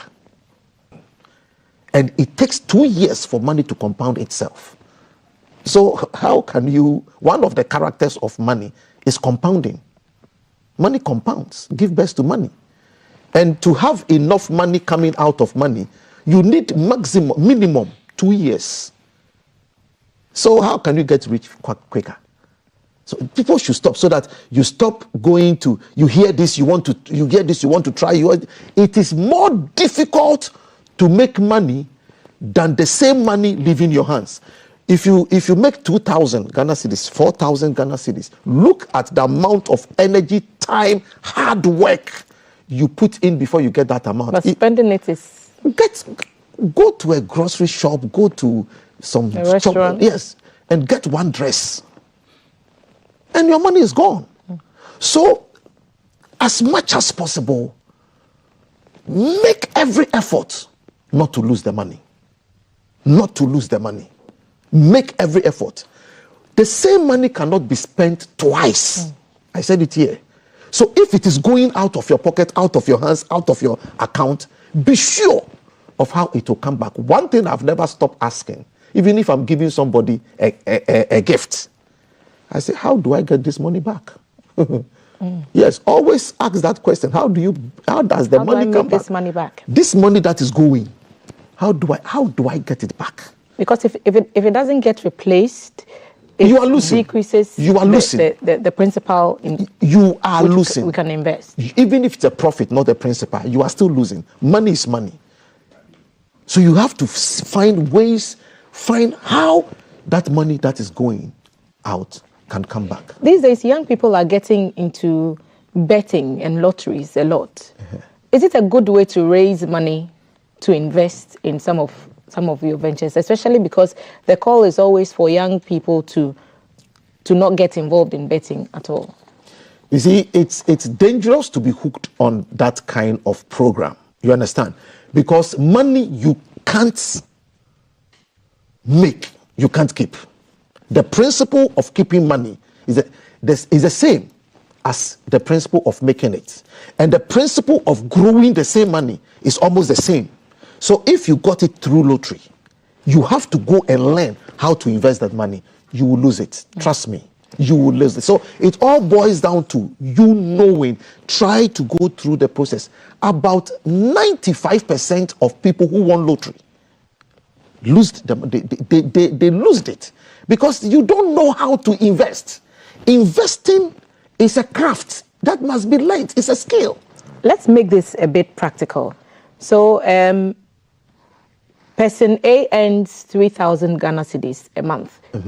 Draw a financial plan for that person so they can start the process of saving some money to get into some of the suggestions that you've made, whether it's buying the dollar, buying gold, going into some other kind of business which would bring them money. With 3,000 cedis, what would be your plan? What plan would you draw for a person like that? It will depend on how fast the person wants to. There are some factors. How fast the person wants to get there. Maybe in 5 years' time. Some will say in 2 years' time. So the amount of percentage you will have to set aside when you are doing it for 5 years will be different from the less. Yes, will be different from the one who is doing it for 2 years. But practically, try and save about 30%. Some will say 50, but you see things have become hard. And if you say 50, your lifestyle will change drastically. You will not be living life, you know. So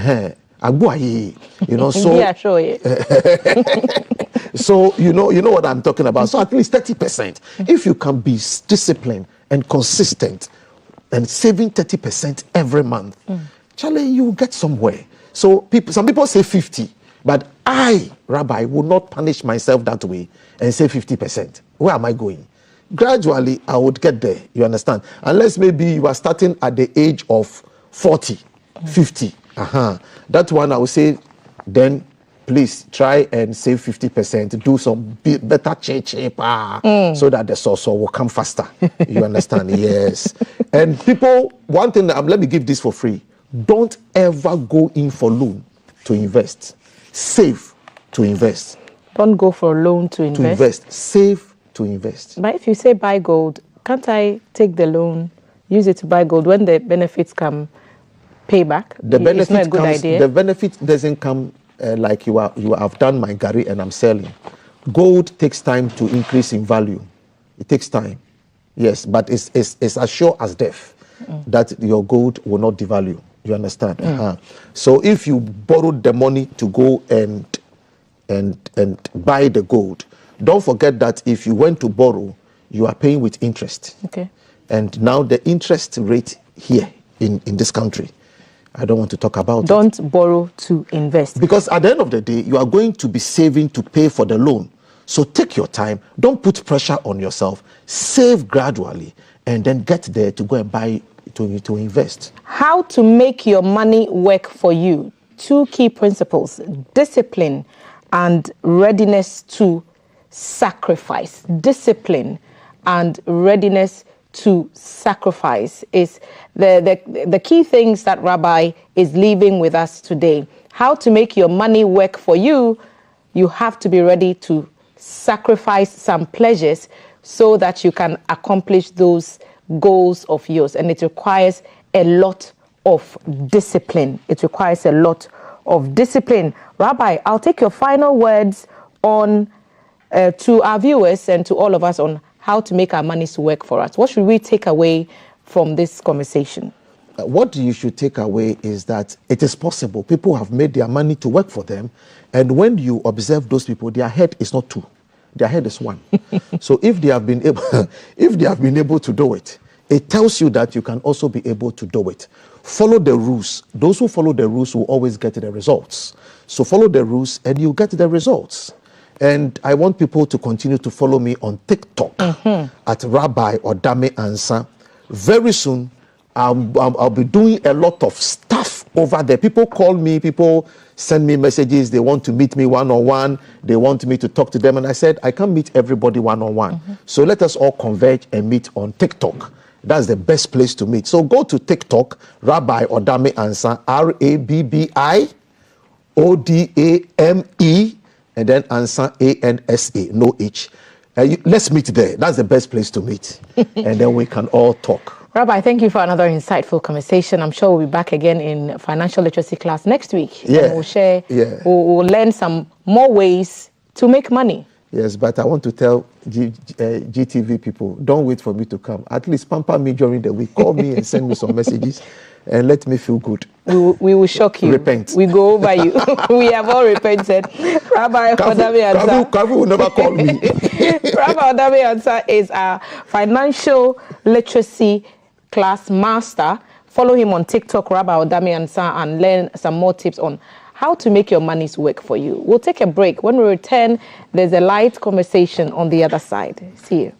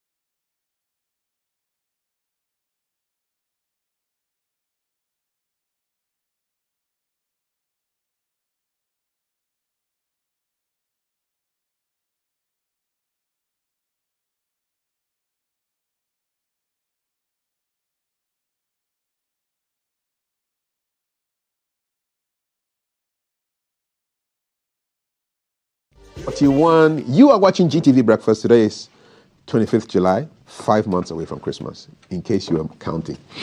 We're going to the theaters now because a production called The Glass Menagerie is about to hit the stages.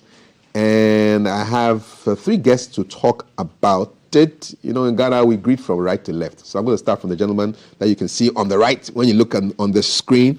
His name is Selom Doche Kudiabo. Sitting next to him is Esinam Semwaji, and Professor Wallace Bridges is producer, director of this particular production. Professor Esinam Selom, good morning. I'll start with the prof. What brings you to Ghana this time around? And tell us a little bit about the Glass Menagerie. Great. So this is my 3rd time actually in Ghana. The first time I visited in 2016. I'm a U.S. Fulbright scholar, which brought me to Ghana to teach theater classes at the University of Ghana and to direct Lorraine Hansberry's A Raisin in the Sun at the University of Ghana. And by happenstance, I also directed a production of A Raisin in the Sun at the National Theatre of Ghana in 2016. Okay. My daughter is a African art curator at the St. Louis Art Museum, and so she came here for an art conference in 2017. So my wife and I visited then, and so now I came back with an independent project to direct The Glass Menagerie at Terra Alta and to teach a realistic acting class at Terra Alta, which I'm involved with both of those right now. So you teach theater arts? I teach theater arts and direct plays at Eastern Michigan University for over 30 years. What's that like? I'm in a really nice environment of collaborating faculty and staff, great students. I am just so blessed and honored to be working in that environment that's just conducive to collaboration. I'm just honored and blessed to be there. I know people work at universities where there's a lot of challenges, but I'm pretty blessed where I work. Okay, now let's zero into The Glass Menagerie. Who wrote this work, and what's a 2-sentence description of what the play is about? Right. The Glass Menagerie was written by Tennessee Williams, a well-known American playwright. He's passed by now. And the play deals with a family, the Wingfield family in St. Louis. Tom, the son, Amanda, the mother, played by Esinam, and Laura, the daughter. And they're all fragile. They all have issues. But the main point is that Amanda wants to get a gentleman caller to come to basically marry her daughter Laura so that they're taken care of. All right, nice. Esinam, what's your role like? What are the challenges of playing this role? Okay, thank you very much. So Amanda is supposed to be a woman in her, say, mid-50s to 60, and as you can see, I'm way younger than that. So having to play Amanda, play an older woman, a frustrated mother who wants to get her daughter married by all costs. I think it was challenging, but you know, growing up in a society where we have a lot of mothers around us, observing how they do their things, especially in Ghana, when you get to a certain stage, your mother wants you to get married. She's like, when are you bringing a man home?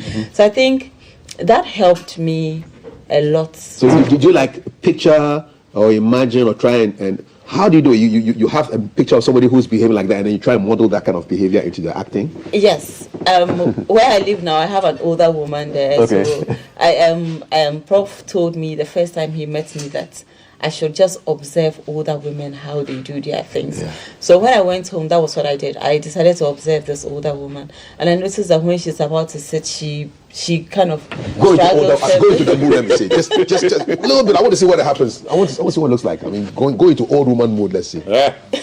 Okay, so often when they want to sit, they don't sit like that. They go.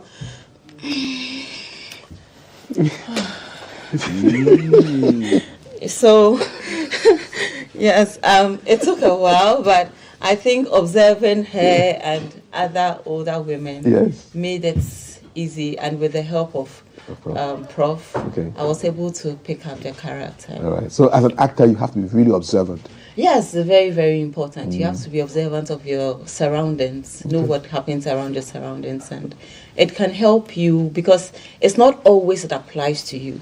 Sometimes you have to pick other people's behavior, their characteristics, and then infuse it into your acting. Okay. And all right. Did they put some white in your hair? Yeah, they will. They're definitely not 50. So, what's your role in this particular production? So, this particular production, I'm the props manager.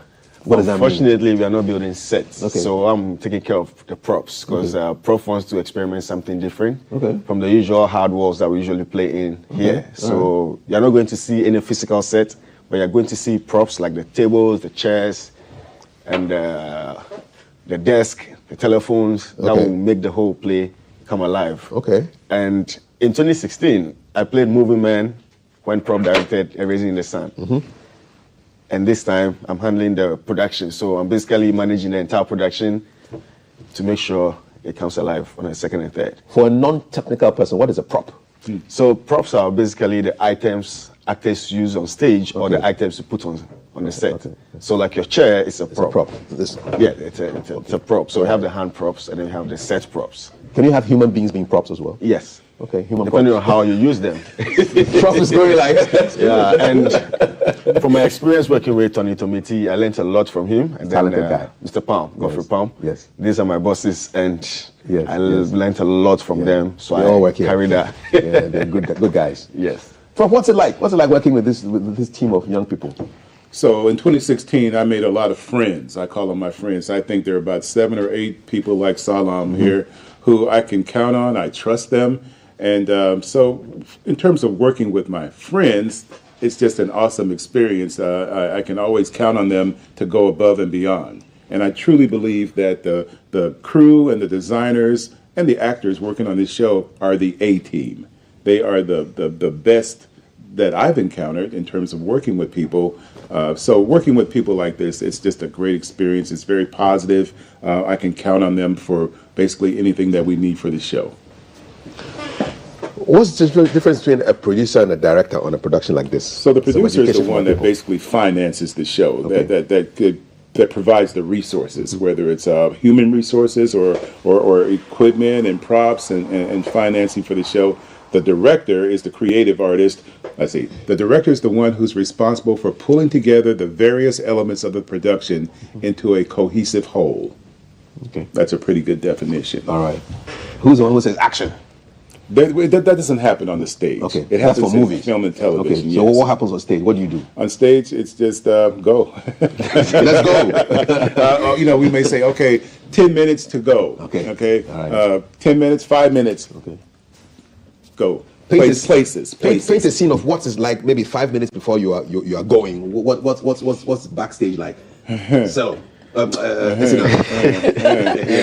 of you. What's it like? 5 minutes to go time. What are you doing? So 5 minutes, you should be in your costume. If you are using mics, yes. you should be mic'd, ready to go. Sometimes it's a bit chaotic because there's that tension before you go on, but it's just being ready to raise the curtain. Do you have any hacks for learning your lines? What are some tips you can give somebody? I think that scares a lot of people. They want to be actors or actresses, but they don't. How do we learn the lines? What are your tips?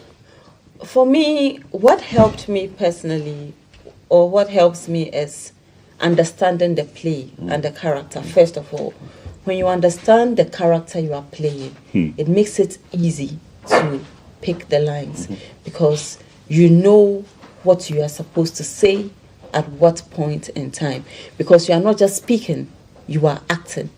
And so having to speak and act it out requires a lot of understanding or knowledge of the character.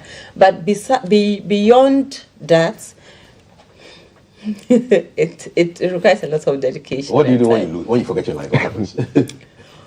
When you forget your lines, we never hope to forget our lines. We never hope to forget our lines. But I mean, when you do forget your lines, as an actor, that's when you improvise. Okay. You should be able to pick up. Yeah. And that's where understanding the character comes in. Okay. You understand the scene you are playing. You understand the moment, what is happening there. It helps you pick up in case you forget your lines. All right. So, any prop failures? I mean, oh yes. What was the most memorable prop failure you had on a production? Not for me, but other productions I was assisting in. I remember there was one recently where the fountain was supposed to go on stage and the wheels were not moving. So we were pushing it and it was about to fall, and it's time for this thing to be set up for the next thing to happen. Whoa. Yeah, there are instances where people move the prop where you've placed it. So for me, I'm constantly on my toes, making sure whatever the actors need is in order, because there are certain props that will come in the course of the show. So we don't have them set up from the onset. Okay. So if you're not very careful, somebody will think, oh, you just place the chair there and then pick it and sit on it somewhere, and you're looking for it when it's time. Can't see it. Yeah, so I don't play with my props. Everybody knows me for that. Don't play with his props. Don't play with the man's props. Professor Bridges, the title of this production is quite interesting. The Glass Menagerie. Explain this to my 14-year-old son. What is the Glass Menagerie? So first of all, Laura, the daughter, she's very fragile. She doesn't go out. She has a limp. She actually had pleurosis, so she grew up with a limp, so she was very insecure. Okay. She's very fragile. And every character in the play, at least within the Wingfield family, there are 4 characters, but 3 of them are the family, they're all fragile in some way. They're dysfunctional, they're fragile. And so Laura keeps a glass menagerie, a little figurines, glass figurines, and probably the most primary one is the unicorn. That's all I'm going to say about the unicorn. Yes, that's all I'm going to say about that right now, the unicorn. Right. But I believe that the glass menagerie is symbolic of the family and the family's fragility and how they have problems and dysfunction. Okay. What are you looking forward to in this production? In this production, well, I'm looking forward to being an American director in Ghana, doing some things that are probably different from what's expected. One of the things that we're doing with this production is we're presenting it in a thrust configuration. What does that mean? Different types of staging. Most people are used to that proscenium staging, that picture frame like at the National Theater. Yes. We're using a thrust arrangement where the audience is sitting on 3 sides of the stage. Okay. And so, like, you're very close to the audience. Yeah. And it's very intimate. Wow. And so that also addresses the issue of the actors aren't always standing full front facing the audience, which happens a lot here in Ghana. Yes. We're using a lot of diagonals. Okay. We're daring to turn our back to the audience every once in a while because you can still hear what we're saying and you can still see us in that configuration. Like Miles Davis, the musician, who used to turn his back and then... Miles Davis, yes. Wow, yes. Nice. So we're probably going to be breaking some traditional conventions that are done here in Ghana in terms of turning our backs, turning diagonal, and in terms of using the thrust configuration, audience sitting on 3 sides of the stage. I'm excited. When is it happening? It happens again August the 2nd, that's a Friday, and August the 3rd, that's a Saturday, at 8 p.m. 8 p.m. exactly. Yes. On time. Yeah. At Terra Alta in Jowulu. Oh, awesome. Esinam, what do you want to say? Yes, so for me, I think he has said it all, but I just want to tell viewers that this play is something that we all can relate to. Mm-hmm. Right. Personally, I can relate to. And so it will be very good if they make time to be there to come and see the show. Maybe they'll say, oh, we can read it, but reading it and watching it are 2 different things. And so it's very important that they come and see it. And I believe that they will take something very, very, very important. All right. Our prop guru. Yeah, for me, this play is very relevant, and we want to thank GTV for giving us this opportunity. You've been supporting the theater and the film industry for so long. Thank you. And we are grateful. Let me say that this is Esinam's first time on stage for a stage play. Her first time. She's always been on screen. Even the prof is shocked. So the first time I heard her read, I was like, no, this is the character. So I'm glad she was there. When we met her, she wanted to be in her corner. Yes. I'm glad Prof has been able to bring her out. Nice one. And let me say, Obi Black is on board. Obiniwa. We have Brad Jefferson. We have Fiber Bernard. And then Esinam herself as the cast. So this is a play everybody should see. And trust me, you're going to see something different at Terra Alta on the 2nd and 3rd of August. Okay. Joe Louis. Yeah. Okay, 2nd, 3rd August. The Glass Menagerie, written by Tennessee Williams. Right. You want to watch it, and it's a recommendation from us right here on GTV Breakfast, bringing us to the end of our show for today, the 25th of July, 2024. Tomorrow is Flashback Friday, so watch out for that. On behalf of the entire team, I want to say thank you very much for making this happen. If you missed the conversation, just go to Facebook, look for GTV Ghana, and you can watch it all over again. Our WhatsApp number is 055-556-1034. Keep sending your messages through, and we'll get through to them, and then we'll link up with you. My name is Kafui Day. Have a beautiful, beautiful remainder of this Throwback Thursday. God bless.